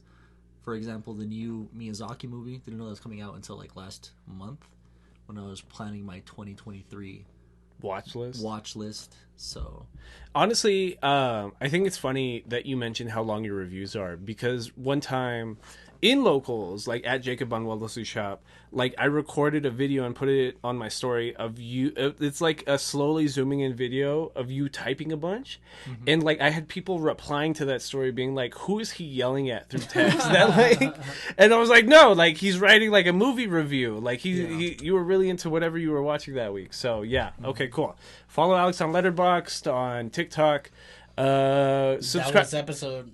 Subscribe to Between Nerds podcast. Yes, please. On YouTube, Between Nerds, one word, stylization. I'm sure you'd appreciate that, Alex. If you search those two words, it's not gonna come up. No, Not I'm gonna come sorry. up. that's right. YouTube doesn't like us that much. Not that much. We're not that big yet. But yeah, you can DM us any of your comments, recommendations, anything you just want us to know. Our DMs are open on Twitter, Instagram, TikTok. Again, Between Nerds, one word. You can email us questions, comments, or concerns at betweennerdspodcast@gmail.com. If you're a subscriber on YouTube and you comment on a video during the month of January, then you will be entered into our January giveaway. Or if you leave a positive review on any podcast platform, that's Spotify, Apple Podcasts, Pandora. We're pretty big on what I almost said we're pretty big on Pandora. Pandora is good for us. Yes. So 20% of our downloads come from Pandora for whatever reason.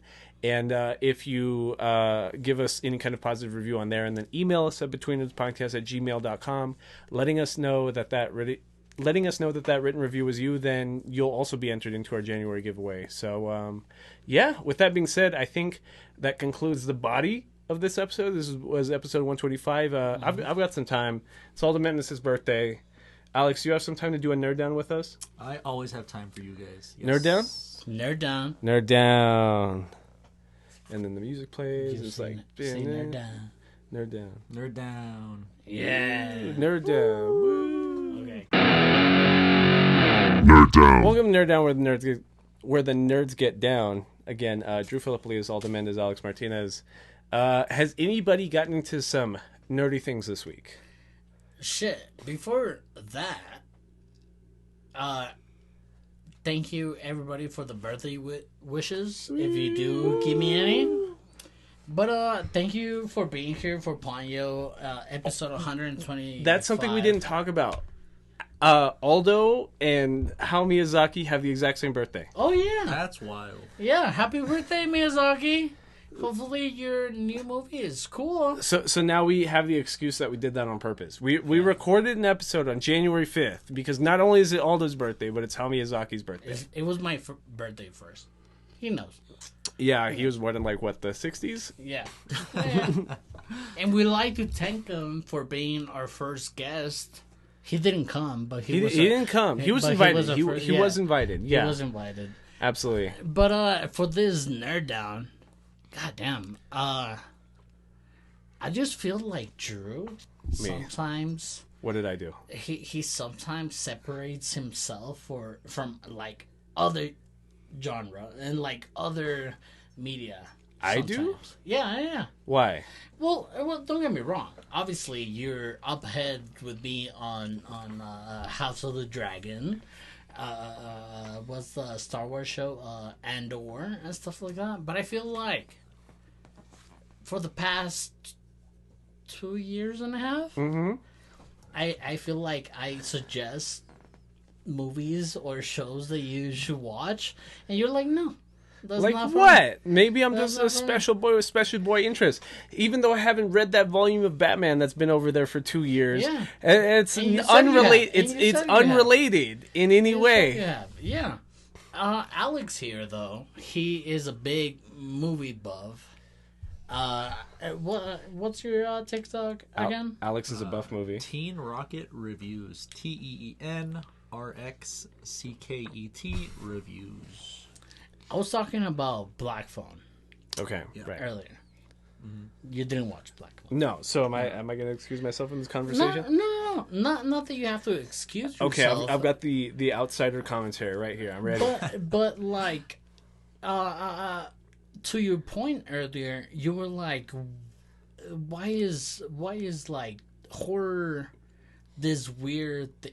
What's your point? It might have been your point, Alex. I'm sorry that all this like horror is not. No, I said that I didn't like that all indie films are now horror films. Yes, Yeah. there you go. And There I you mean, I see Drew's point to like, no, I don't. I don't at all. Indie films are a lot more like They don't fit into a specific genre. yeah, indie.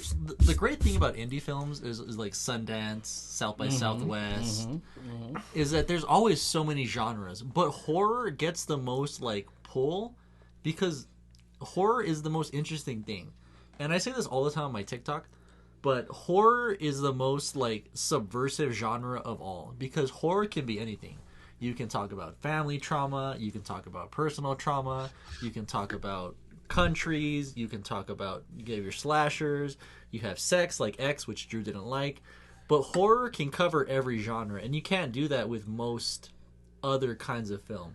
You can't have like fantasy is just fantasy. Like Right. there's not a lot of room for There's like different variance. levels of fantasy. Okay, but at the core of it, it's all the same, right? I just think it's harder for indie to do fantasy because fantasy, especially since like Lord of the Rings in the 2000s, it's hard for anybody to do fantasy without having some level of like production budget, which like that's the point of indie. Yes, exactly. And horror has always kind of been like predicated on being like if you have You're 1,000, You're it's using always the been best like words right now. it's always been built upon like you can have $1,000 budget or you can have Predicated. $1 million budget and it's still Submersive. going to be good. Exactly. The best Like, words. For example, Skinamarink, That's a horror movie. It's coming out next week. I have No not idea what seen that it. is. Exactly. But it's all over TikTok. It's all over like social media right now because it's like a lo-fi like kind of like horror movie. And me personally, I know that Skinamarink is going to be crucified in the movie theaters because it's going to be like this kind of like lo-fi like very like emotionally like demanding movie, like contextually challenging. And like a lot of people are going to go into it expecting to be scared, and they're not going to leave scared, and they're going to be pissed. I don't like when movies make me uncomfortable. Exactly, and that's what I think Skinamarink aims to do. Like, it's about this, like, these kids wake up, and I their hate that dad is title. gone. It's a stupid title. I hate that I title. hate the I title hate so that much. title. I think the movie would do better with a better title. Yeah. But it's about these two kids. They wake up, their dad's gone, and there's no doors or windows. Okay. And it's, like, very, like I said, very lo-fi. Like, even the trailers already are kind of getting, like, a lot of, like, negative feedback. Okay. Because the only thing that's repeated is, like, in this house, in this house, in this house. And you get these, like, really, like, artsy, like, close-ups and shots.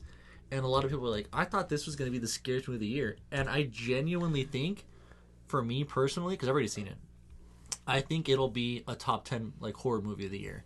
But I know that a lot of... And horror fans are insufferable. Like, if you don't like a certain type of horror, you crucify the rest of it. What are these different types of horror? I don't even know what you're talking about. Well, it's because, to your point earlier, that you were like, I do not like summer blockbuster films. Right. But like in Hollywood and in America, like America.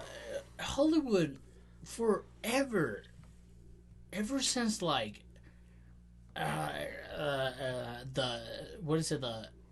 the call is coming from inside the house one. When a stranger calls. When a Yeah. stranger calls, the one missing call, all these fucking like super mediocre horror films were coming out in Hollywood while we were in high school, which is what 2000. You didn't like Paranormal Activity? No, I did. That's the thing. Like, I did like Paranormal Activity, but after a while, I would have the conversation with other people, be like, I do like horror movies, but all the movies that you're telling me right now, like, we're not like speaking to me. Right. So right. like Yeah, I yeah. would say like, okay, the first Friday the 13th. Like the original? Yes, no Jason in sight until the second movie, right? So like that was weird to me because I don't know. It was just a mother who was taking revenge on her dead son, and it was just weird. But then Yeah. push forward into like Hereditary. Hereditary. Yeah. Hereditary. I Who's that watched- director? Ari Aster. Yeah. Hereditary. Yeah. I watched it, and it honestly doesn't speak to me in a way as a horror movie. You is. don't So like Hereditary? it's because, in a way, to me, like, and I guess the best example I could say is like Black Phone, because Black Phone was able to blend in the fantastical with what could happen. Right. Right. So you have a situation where a kid is being kidnapped and he's being in a hostile situation, and the monster is never really shown. The monster itself is the fantastical. The other kids are speaking to you. Mm-hmm. I don't know. It just feels like what is it? Hereditary was too on the nose for me, maybe. Okay. Did you like Midsommar? It was a pretty movie. Is Midsommar horror? It was a pretty movie, but I didn't feel scared. Would you Like, consider it horror? The Lighthouse made me feel more scared. Because I didn't in like The Lighthouse. Because in The Lighthouse, I'm seeing two super, like, uneducated people, Navy people that are trying to escape their own life through the Navy, that they get put in this spot of, like, like self like voidage.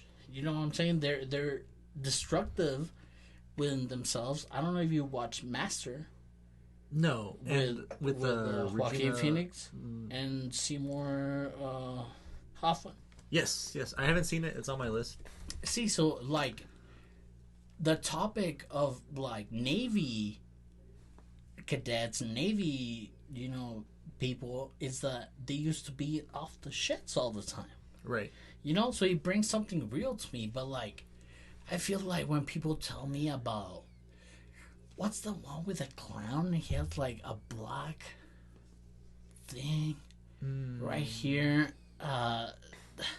It's a clown. Oh, the new one, Terrifier? Yeah, Terrifier. Yeah. Like, I'm like, really? Okay. And see, like, and that's where Drew's like asking me, like, what do you mean by like different genres of horror? And like, I'm very unapologetic about how much I love horror. In just like any kind of like, but I understand that some people aren't gonna like things. Like Aldo's saying he doesn't like Hereditary and Midsummer because it's more like artsy and elevated horror, and it's kind of like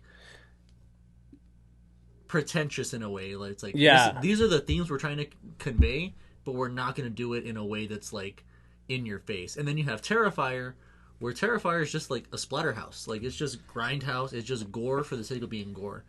But then again, I like Hellraiser. Right, exactly. And Hellraiser, I think, is like the best body horror of all time. And that's controversial because some people think Alien's the best, some people think The Thing is the best. Honestly, I do think Alien's the best. The first one? Alien, not Aliens? No, Alien. Yeah, absolutely. Yeah. I'd agree with that sentiment. Yeah, and I can see both sides. But like to me, when I think body horror, I think the very like last scene of Hellraiser, when the like hooks are like pulling apart his face, right?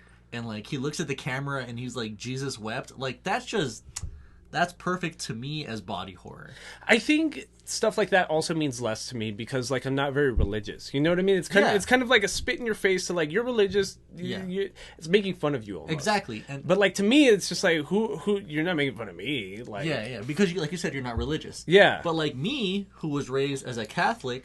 When this like, are you a traumatized Catholic? So's Aldo. Well, see, I'm also raised Catholic, and like when I was watching scary movies at the early age of whatever I was when my parents played those movies, right? Or like my cousins played those movies, like I saw like Chucky, It, Jason. Me Freddy and Karen Krueger. always talk about the best horror movies are like marketed towards Catholics.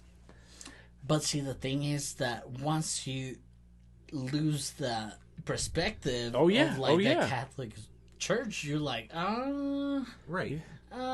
Yeah, and that's why I'm saying like you can always find, but that's why I think horror is so great, is because you can always find something new to be scared of. Mm-hmm. Like I guess if that you're makes not sense. That a makes Catholic, sense.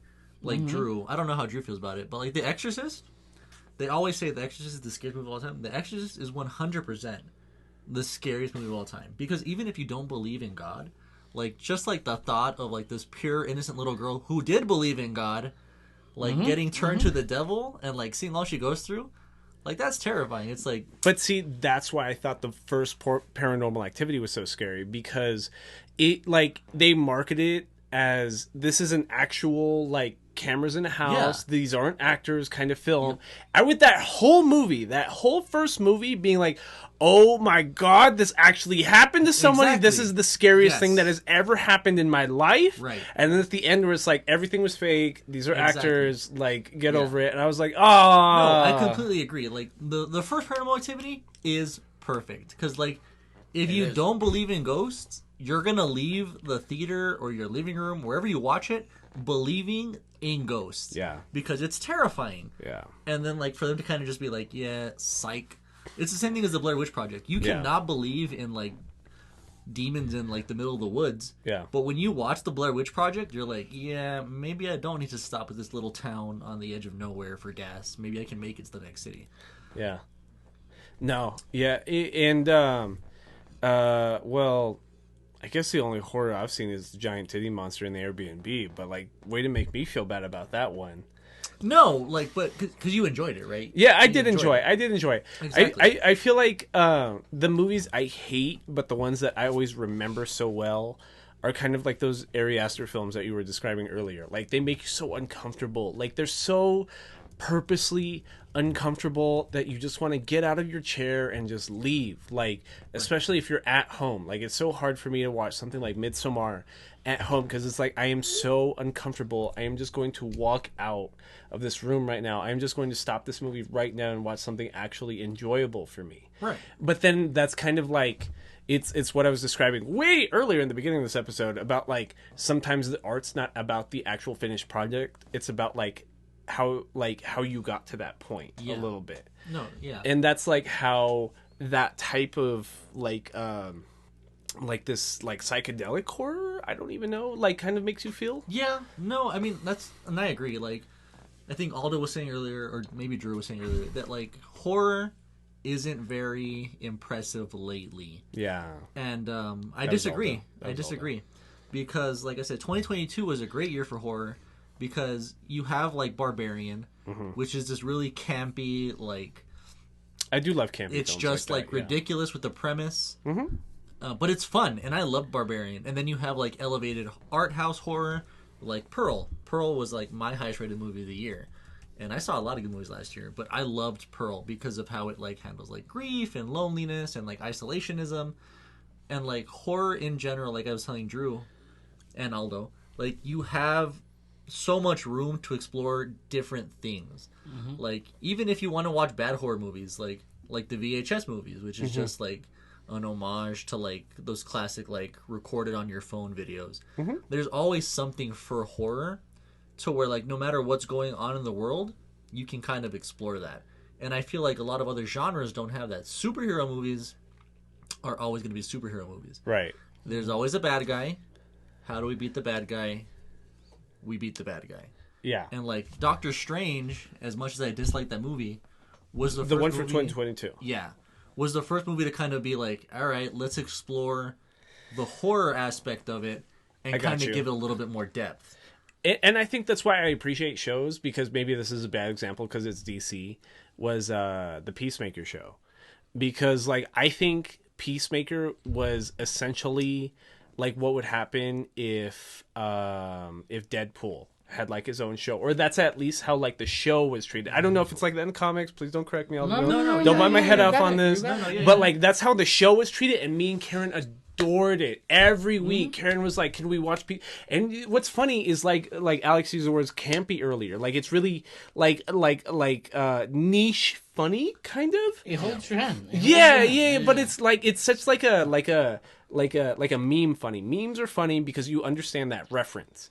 It's such referenced funny, but like it's so dumb fun. Like it's just like, what if we just had the dumbest person in the world actually like save us from an alien invasion, and they name like, why are you dealing with this and not Batman or Green Lantern or the Flash or Superman, because they're too busy dealing with actual important shit. So here I am like just watching my friends get blasted in the chest, watching my KKK father like get shot in the head, just because it's almost funny in like campy humor is like even more apt when you're describing something like that, because it's like, okay, like I think everyone at this table agrees that like we don't support like white supremacists, right? Yeah. So like for there to be a superhero like in like the third party DC universe who's like the father of Peacemaker and is also like an avid like white supremacist, but then Peacemaker has to like shoot his dad in like the chest for the plot to move forward,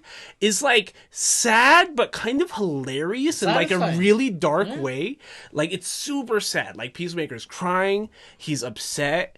It's like the emotional climax of like the series, because after that it's just action, like Daddy DC. Daddy. God, That's it's right. just daddy issues. Oh no, it's just daddy issues.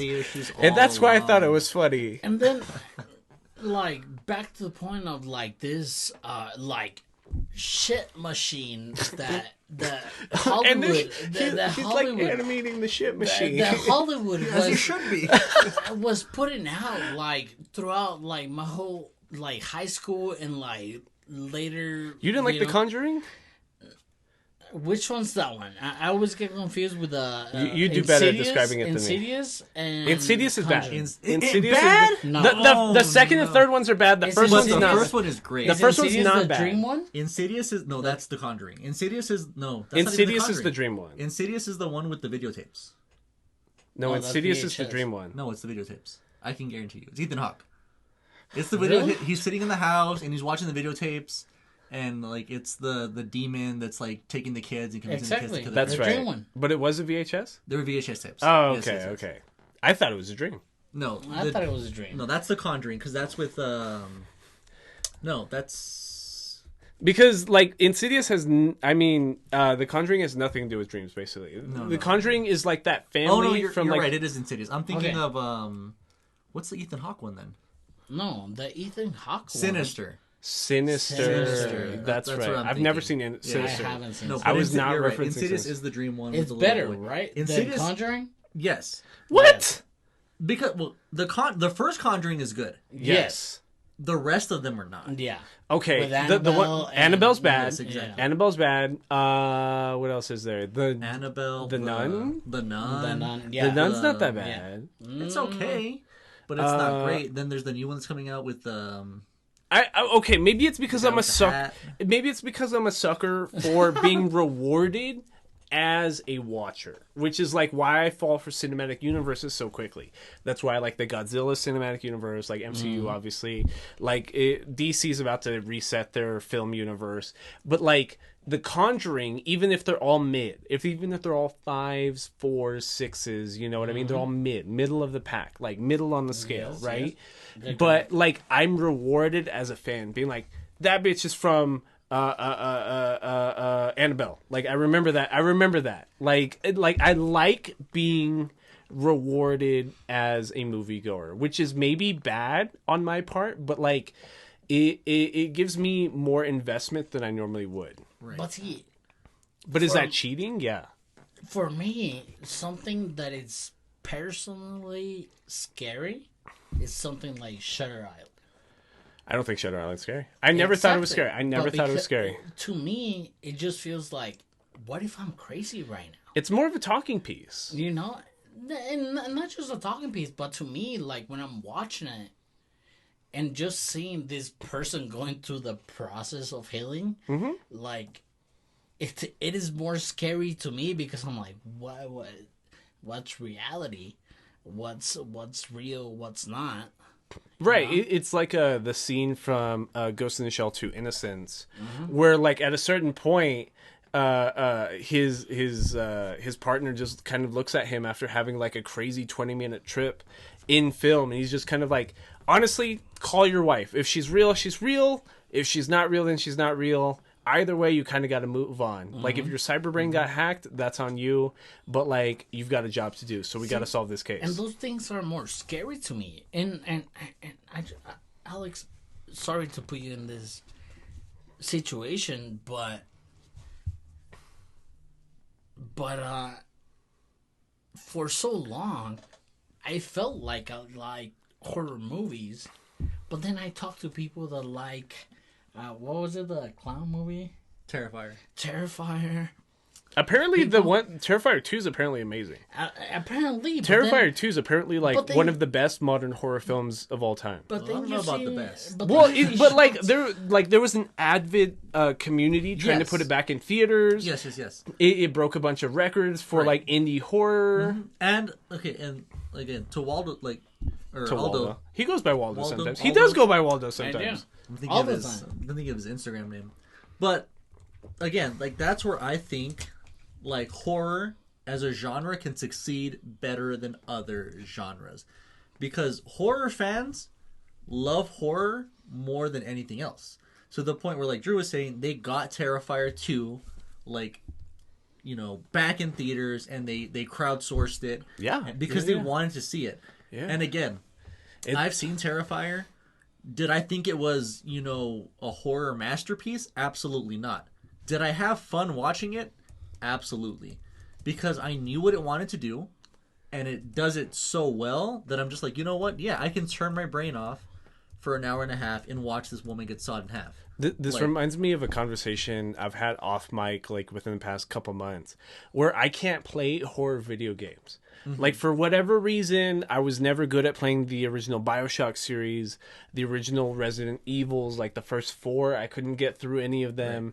Right. I couldn't get through Dead Space. Never made it like an hour into a Dead Space game. I'm just so bad at like... Which is so dumb. I'm so bad at like shock horror. You know what I mean? Like, oh my god, a zombie just appeared behind the hallway. What the fuck am I gonna do? Like, I am so bad with that. Like, I'm playing like role-playing games about decision making. Just like, if a motherfucker jumps out? If I'm a cowboy in Red Dead Redemption 2, how can I make sure that nobody pops out and scares the shit out of me? Yeah. Like, that's what I'm trying to do. No, yeah, and like I said, I get it. Like, it's just, I think horror movies in general, horror media, no matter what it is, movies, TV shows, video games, are only as good as you're willing to let them be. Most horror shows are bad. And most horror shows are bad. Yeah. I've seen a lot of bad horror shows. The only good horror show I've ever seen has been the Channel Zero like horror shorts. I remember that. And those are really good. But those are shorts, yeah. But those are shorts, Yeah. exactly. I think anime horror sucks. Anime horror is pretty bad. Anime horror is terrible. Like, Yeah, it's pretty bad. Again, like, as someone... Tokyo I love Ghoul. Tokyo Ghoul. I love Elfen Lied. I have an Elfen Lied tattoo. Only But the I first can sit episode of there- Elfen Lied's good. Exactly. I can sit here and accept that Elfen Lied is a terrible... Not just a horror anime, but an anime in general. Oh, no, absolutely. Absolutely. It's terrible, but I go into it not expecting to sit there and be like, yeah, I'm going to get some, like, really provocative, like, emotional support from this. Like, no. I'm going to see a little girl get her fingers cut off. Yeah. I'm going to see a puppy die. Right. And I'm going to accept that for what it is. But see, like, I'm one of those people that's not opposed to horror characters and horror themes being in a non-horror genre piece of media. Right. So, like, I'm thinking of, like, the most obvious examples, like Nightmare Before Christmas, right? You know what I mean? Like, skeletons and zombies and werewolves and all that other bullshit. Like, but it's not horror, like, whatsoever. It's not scary, like, anime, like, because I talk about anime and I watch so much anime, like, same thing. Like, I'm down to watch anything about vampires, zombies, people possessed, witches, wizards, whatever.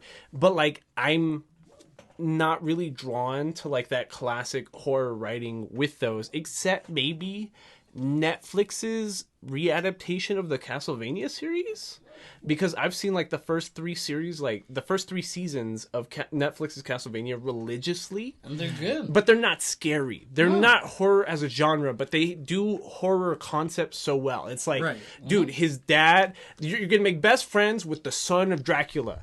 The opening scene is one of the craziest pieces of religious body horror, even where like the Catholic Church sacrifices Dracula's wife. He tried being an empath for the first time in like thousands of years, and he got he got his wife murdered because of it. That's like a crazy concept. So horror adjacent. Yes, exactly. Maybe that's why I like. Maybe that's why I like. Exactly. And again, that just, I feel, strengthens my point that like horror as a genre is so good. Yeah. And so like, yeah, you're right. You're right. Everything diverse. You're right. That you're right. even if you don't want to watch something where you're like scared to death, you can watch something that's emotional, like Castlevania. Maybe you should have been a lawyer. I think you've talked me out of my initial point. And honestly, like right now, talking to you, it feels like me learning about anime. I'm like, holy shit, all these people that have this like fixated idea of what anime is. It's like, no, it's not just tentacles and anime girls. It's just not Naruto screaming and you know what I'm saying? It's not just Goku screams and all these power levels and stuff like that. It's a media of itself. And I also think of like Strangers. Is that what it is? Yeah, the Strangers with the Strangers. home invasion. The home invasion. Like that's scary, like in itself. Yeah. But like, I'm glad I'm having this conversation with you because I feel like I'm able to tell the difference now. Alex, a couple weeks from now, if you get like a couple hours free, I suggest you watch our episode on Ghost in the Shell 2 Innocence. That's going to be coming out the third Wednesday of January. It's going to be when I'm in Vegas, so like I'm gonna trust Aldo for Vegas. Yeah, I'm gonna Oh, be you're I'm gonna gonna be in be- Vegas, so I'm gonna trust Aldo for it to come out on time because I'm basically traveling nonstop for 2 weeks straight.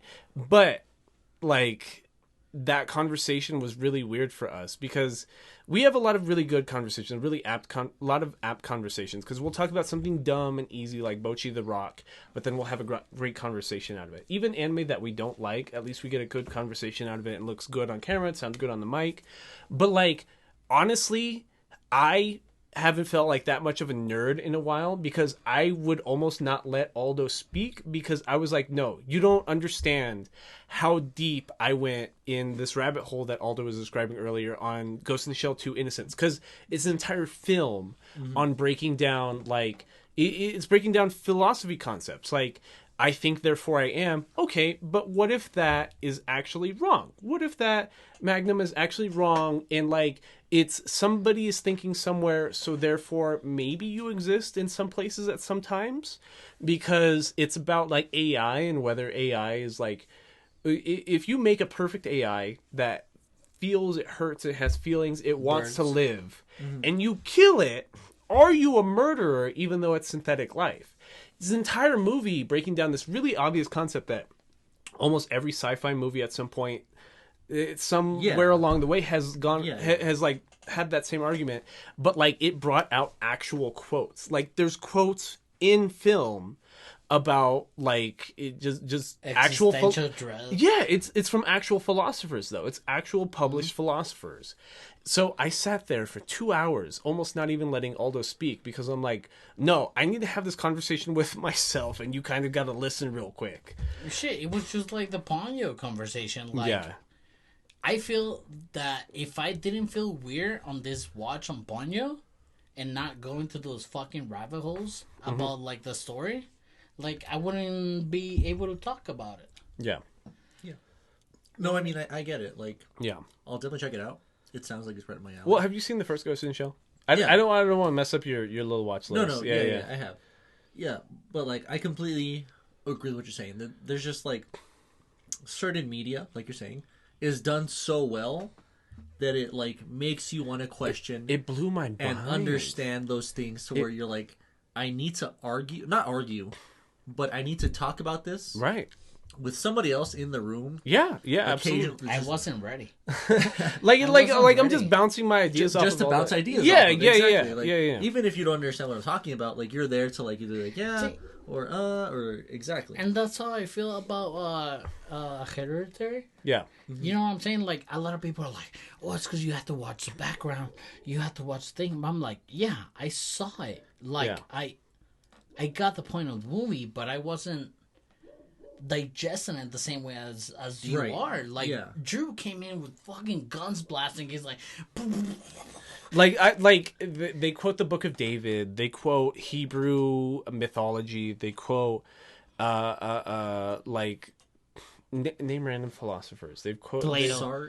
Yeah, they quote Sartre. They quote Nietzsche. They quote all of them, and that's why I was like, Aldo, listen. I was looking up all of these quotes in context. Like, you don't understand right now. Yeah. And Aldo just watched the movie, which is like normally it's the opposite, especially if it's a film, because Aldo's much better at watching film than I am. But like because I've watched so much anime and I watch anime so quickly, like I can relate it to so many other things like so often, right? Yeah. So that's why I was expecting Aldo to come in at the same wavelength, but like it blew me out of the water. So I felt like I had to put as much work into it as I had to put as much effort as I felt went into that film. Right. And Aldo just watched it. He was like, yeah, it's what, Cyberpunk 2077. We've been talking about that for 2 months straight, Drew. What are you geeking about right now? Yeah.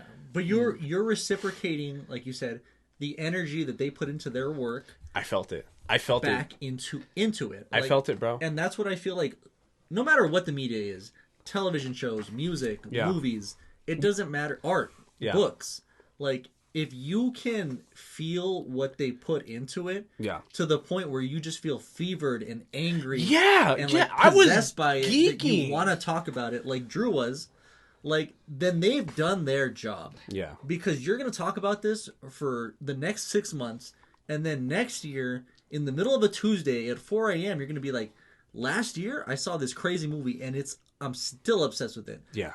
And that's powerful. That movie came out in like 2004. It's my favorite movie of last year. Right, exactly. Like, you can see a movie from, it doesn't matter when, but you are just like, that to this day, like I said, in the middle of a Tuesday afternoon, bored out of your mind, you're like...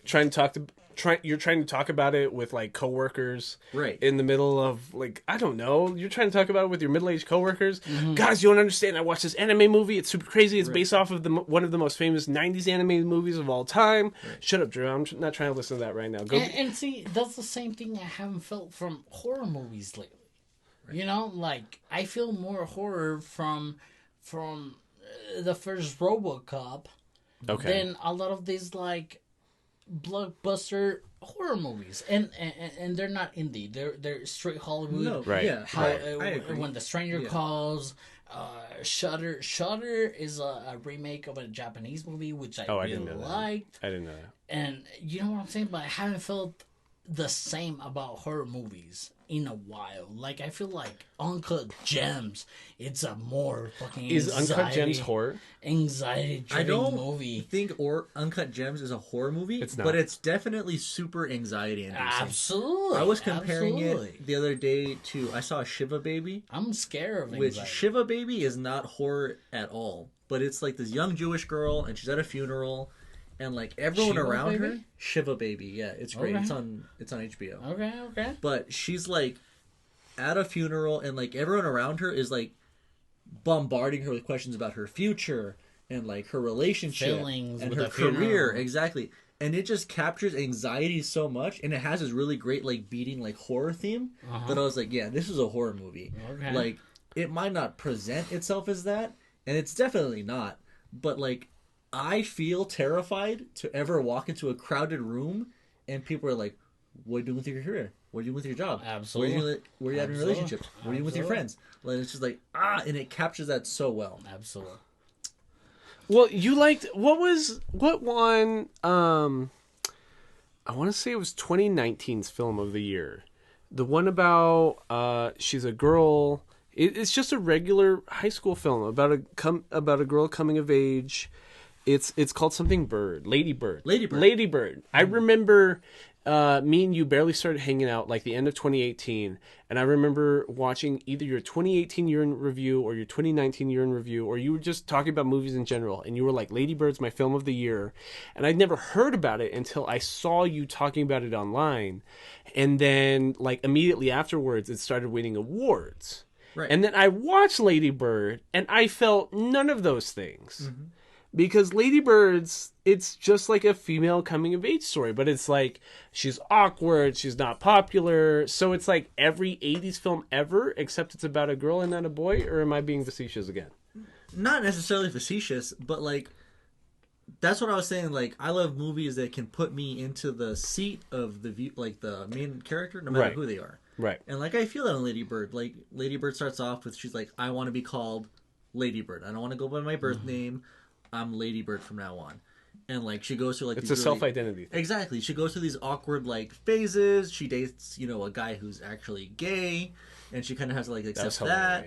And then she moves to New York away from her family, which she thought she wanted. Right. And she gets drunk at a college party, and she has to like wander home, and she's like, "Damn, like I really miss my family." That reminded me of a scene from BoJack Horseman.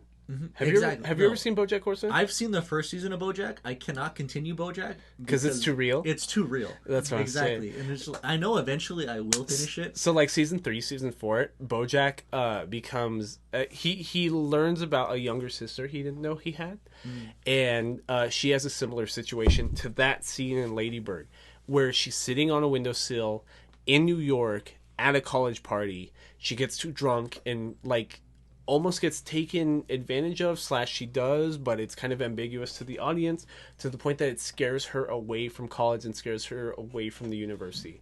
But BoJack, being like not only a clinical alcoholic but a clinical drug addict at that point of the show, he doesn't have like that emotional maturity to actually like help out his younger sister, because even though he's in his 50s, like it's oh god, I'm gonna misquote something somewhere.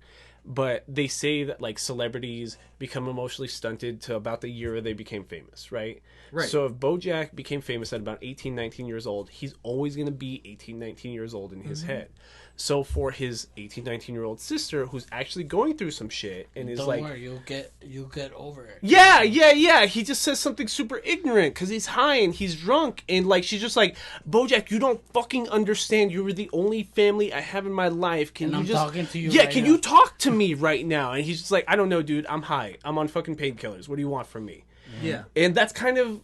I totally forgot about that scene from Lady Bird because I've always been talking down about Lady Bird because it's like it's just about some girl in high school who realizes that going away for college she has really to wasn't get for her, over it. and she's just gotta get over it. You know what I mean? She's just gotta get the fuck over it. No, yeah, I mean, I completely, like, I understand what you're saying, like, but that's why, like, when I watch movies, like, I'm not watching them, as dumb as it sounds, I don't watch a lot of movies for enjoyment.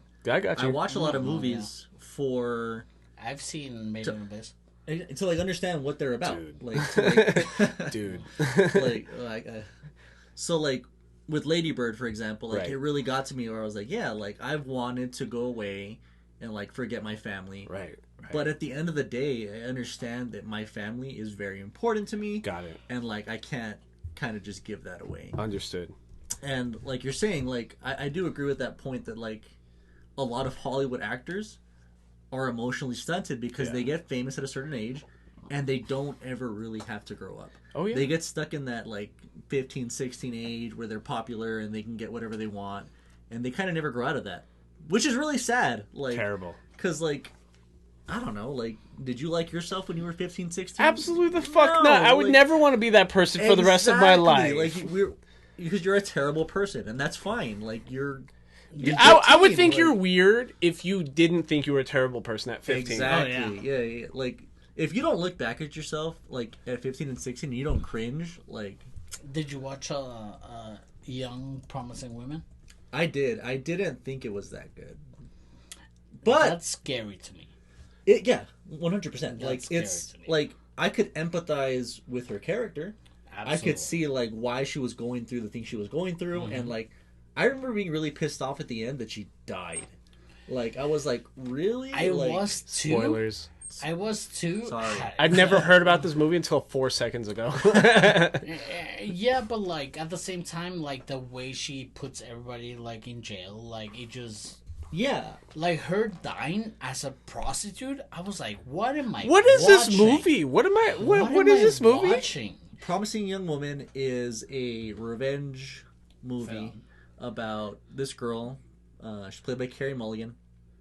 She's in Great Gatsby. She's she's the one with the brown hair. yeah, Okay. the love interest. Yeah, I remember. Yeah. But what she does basically is she goes out every night and she like fakes getting drunk to get taken advantage of by men, and then she like sobers up in the middle of the act. and Well, she's she like- doesn't sober up. Or she's sober always the sober. entire She's time. sober the whole time. But she's basically telling people, oh, so if I had been drunk... He's baiting motherfuckers. Yeah, she's baiting people. to take advantage of her, and then like blackmailing, Blackmailing, yeah. Because... and or killing because her notebook has like different color schemes into where nobody talks about the color schemes. Like she writes names in different like pen colors, so we never know if she murdered the ones before or not. Okay. It's a very good for her movie. Yeah. Like, she's getting revenge, and she's, protecting, like, young, vulnerable women. And she starts dating this guy who Bo Burnham, by the way. I love Yeah. Bo Burnham. Is he in it? Yeah, Don't he's say great. that. Yeah, he's He's in it. fantastic. I yeah. made Aldo See, and his That's what girlfriend. I'm saying. Like, it's good. It's like, it's a good movie. I made Aldo and Bo Burnham watch. I made Aldo and VNA watch Bo Burnham's last movie. No, from it's- start to finish. yeah. Like, I invited them over to be like, watch this Bo Burnham movie with me. Yeah, no, and it's really good. Like she's dating Bo Burnham, and he's like this nice guy, and he's kind of like subverting her expectations of what a man should be. Right. He's polite, he's Right. friendly, he actually cares about her. Right. And then she kind of like uncovers some like dirt about him, and she's like, "All right, men ain't shit." which is attached to what her motivation is. Yeah, so she like goes on this like other date, and she actually gets like murdered. Can I talk about some wild. questionable language? Like I read today that like I was like, it's weird that all these news agencies are reporting it like that. It's not. I'm not gonna say it's sexist or anything, but it's just weird how they worded it. So the men's basketball coach for the University of Texas at Austin got fired today because he had a bunch of domestic violence charges filed against him last week because he beat his quote fiance. I am fairly confident that that woman is no longer his fiance. Why are like not even sports reporting agencies, but actual news agencies like CNN and NPR and all these other ones reporting it as like, no, he had domestic violence charges against his fiance. I'm pretty sure if he hit her, that it's no longer his fiance. Right. And I thought it was really, really weirdly worded language that everyone was reporting it as such. No, yeah, and I agree. Like, I a lot of big media does that, where they like to twist words, and they think they're clever about it, but they're really not. They're I like, agree. This child advocate, and it's like, no, not at all. Absolutely. It was a teacher. Right. Just say what it This is. historic child supporter. Yeah. So this fourth grade teacher. Yeah, because the media, as much as they want to be like, oh, we're the good guys, we want to support everybody. And get the news out. It's like how people get mad at how they report like negative stories about cops. Like very well decorated Houston police officer accidentally shot an unarmed civilian in the back. Like No, you yeah, didn't want to exactly. you didn't want to start with that. Like Yeah. No, and you see it all the time. They're like 12-time decorated, right. wounded in combat, Army veteran, rapes and murders 12 people. Right, and I'm like, whoa. Well, yeah, like I what was the point of you dressing him up? That was the only reason to catch a predator, and then Yeah. they caught a Texas DA. Texas. I didn't know that, and that actually makes fucking sense. Yeah. That is absolutely terrible. Yeah, no, it's just, and it's in the same vein. Like if you see, like you never see like there'll be like former drug addict saves bus full of children. It's like, why do we need to know he was a drug addict? So person that's been sober for 10 years did good deed? Like what do you want to tell me right now? Like the sensationalist like news like writing is just like, it's such like a holier than thou type of writing too. Exactly. Like bro, okay, like they're a recovering alcoholic, but they've been sober for 15 years, Right. and they did a good deed. Like it can't just be like a random nice person did good things for people. Exactly. Like what do we need the extra like background for? Like it's not. It's just to put people on like, it's to make you feel better as the reading audience above like these other people. Yeah. No, I get it. Because I'm like, oh man, a drug addict did that. I could do that. Or I'm not even a drug addict. Yeah, like the same thing. Like with the cop. Like, oh man, a cop did that. Well. Do you know how like easily I don't shoot an unarmed civilian in the back every day? Yeah, like, it's completely wild. Like how news like agencies like formulate their stories. It's just wild. No, I agree. After that very long, extensive horror indie film rant, it is Aldo Mendes' birthday. I think we should excuse him to his family. Yes. If anything. Thanks for coming, Alex. I almost thought you were going to flake. I said that before we started, and I thought you were going to flake because I didn't hear from you all day. But I'm glad you showed up because you might be like probably one of the best guests we've ever had. This was a great conversation. Like I said, keep the element of surprise on your side always. And I definitely want to have you back for other like anime films. Yeah. Absolutely. Any film drawn by a Japanese person, hit us up, please. You guys message me. I will watch it that day, and I will be here. But this is your first time here. This is your first time. What'd you think? What'd you think? I had a great time. It was very. I was telling Aldo during one of our breaks, just very like natural conversation. It doesn't feel like I've been sitting here for. Dude, you've been here for like 2.5 hours. Yeah, it doesn't feel like I've been here for 2.5 hours. Like it just feels like, and they are my friends.